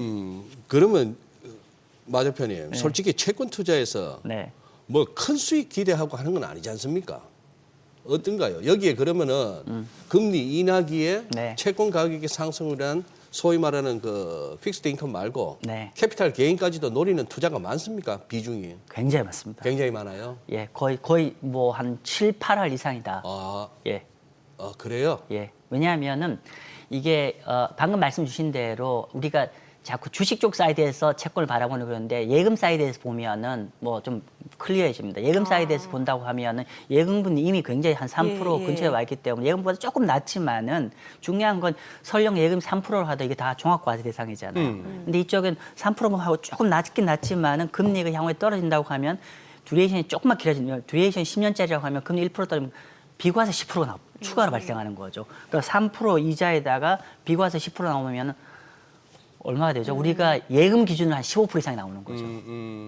굉장히 매력적인 거죠. 네. 그리고 또 하나는 이게 기본적으로 제가 채권 투자를 하시는 분들이 가장 중요한 건 시간을 가지고 있는 분들은 채권 투자하면 무조건 저는 위너가 된다고 생각하거든요. 네, 우리가 급한 돈이 아니라고 하면 네. 채권 투자를 하면 충분히 예금보다는 더 높은 수익, 절세, 그리고 안정성 다 가져갈 수 있는 측면이 있겠죠. 정 안 되면 만기까지 간다. 보통 그런 투자는 별로 많지는 않습니다. 많지는 않다. 네. 예, 사실 예. 어느 정도 좀 종잣돈 규모가 좀 크신 분들은 또 채권 쪽 투자를 맞아요. 굉장히 예. 매력적으로 많이 생각하시긴 하십니다. 네. 하더라고요. 예. 근데 최근에 보니까 지금 이제 트럼프 대통령 계속해서 관세 정책을 지금 발표하고 있는 상황인데 네. 이게 다른 교역국보다도 이제 미국은 상대적으로 이제 영향이 좀 타격이 적을 거다라는 그런 인식 때문인지 모르겠습니다만 투자자분들이 뭐 미국 단기채라든지 아니면 파킹형 ETF로 지금 자금이 좀 많이 몰리고 있다고 하던데요. 네, 뭐 지금 일단은 맞습니다. 그러니까 이게 뭐냐면 제가 이제 그 대목에서 한국 투자자를 말씀하시는 거지 미국 투자자를 이제 제가 명확지는 않은데 네, 네. 어쨌건 간에 이게 미국은 아주 명확합니다. 미국은 단기 채권에 많이 투자가 되어 있어요. 네. 그러면 우리가 단기 채권 투자하는 요인은 크게 두 가지입니다. 하나는 뭐냐면은 일단은 절대 금리가 높습니다. 절대 금리가 높기 때문에 지금 절대 금리가 보면 4%가 넘어요. 네. 예. 그러니까 단기 금리인데 뭐 우리가 한국의 뭐 예금 금리도 3%밖에 안 되는데 미국의 단기 금리가 4%대 초중반이 나오는 상황이고요.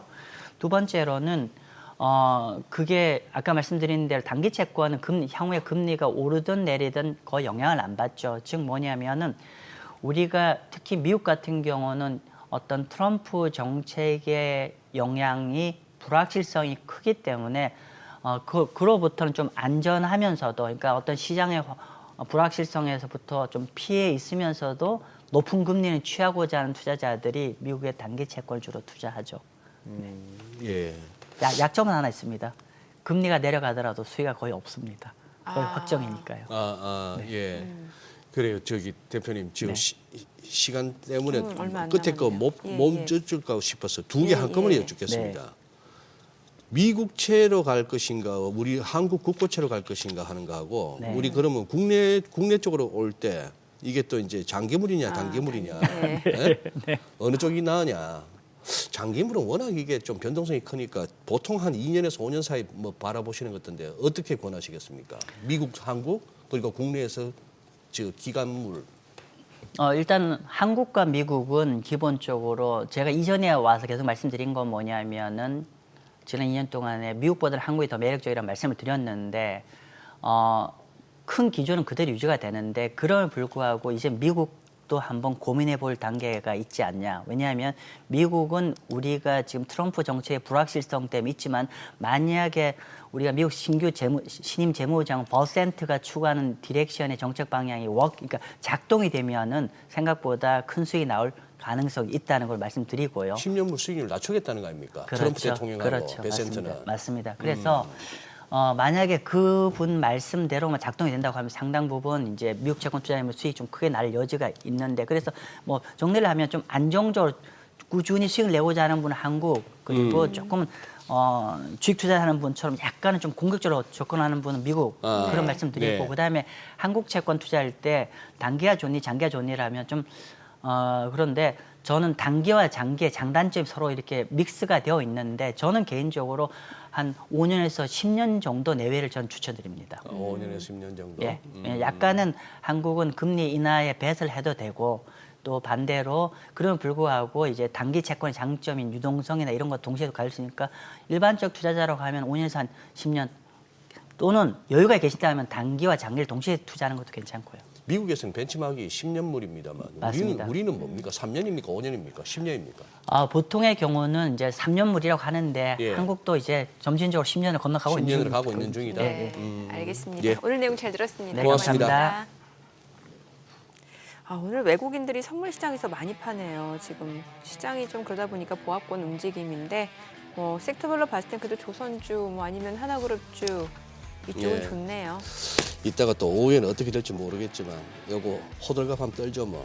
코스피 제가 플러스 돈다 캤죠. 아니 배팅이라는 건 뭘 걸으셔야죠. 알겠습니다. 다음에는 걸고 할게요. 네. 저희 방송 중에 전해드린 내용과 관련해서 모든 투자 판단의 책임은 투자자분들께 있다는 점 알려드립니다. 네, 세상의 모든 돈 되는 정보 재테크 노하우머니쇼 오늘은 여기서 인사드리겠습니다. 여러분의 모든 경제 SBS 비즈가 함께하겠습니다. 저희는 내일 오전 8시에 찾아뵙겠습니다. 고맙습니다.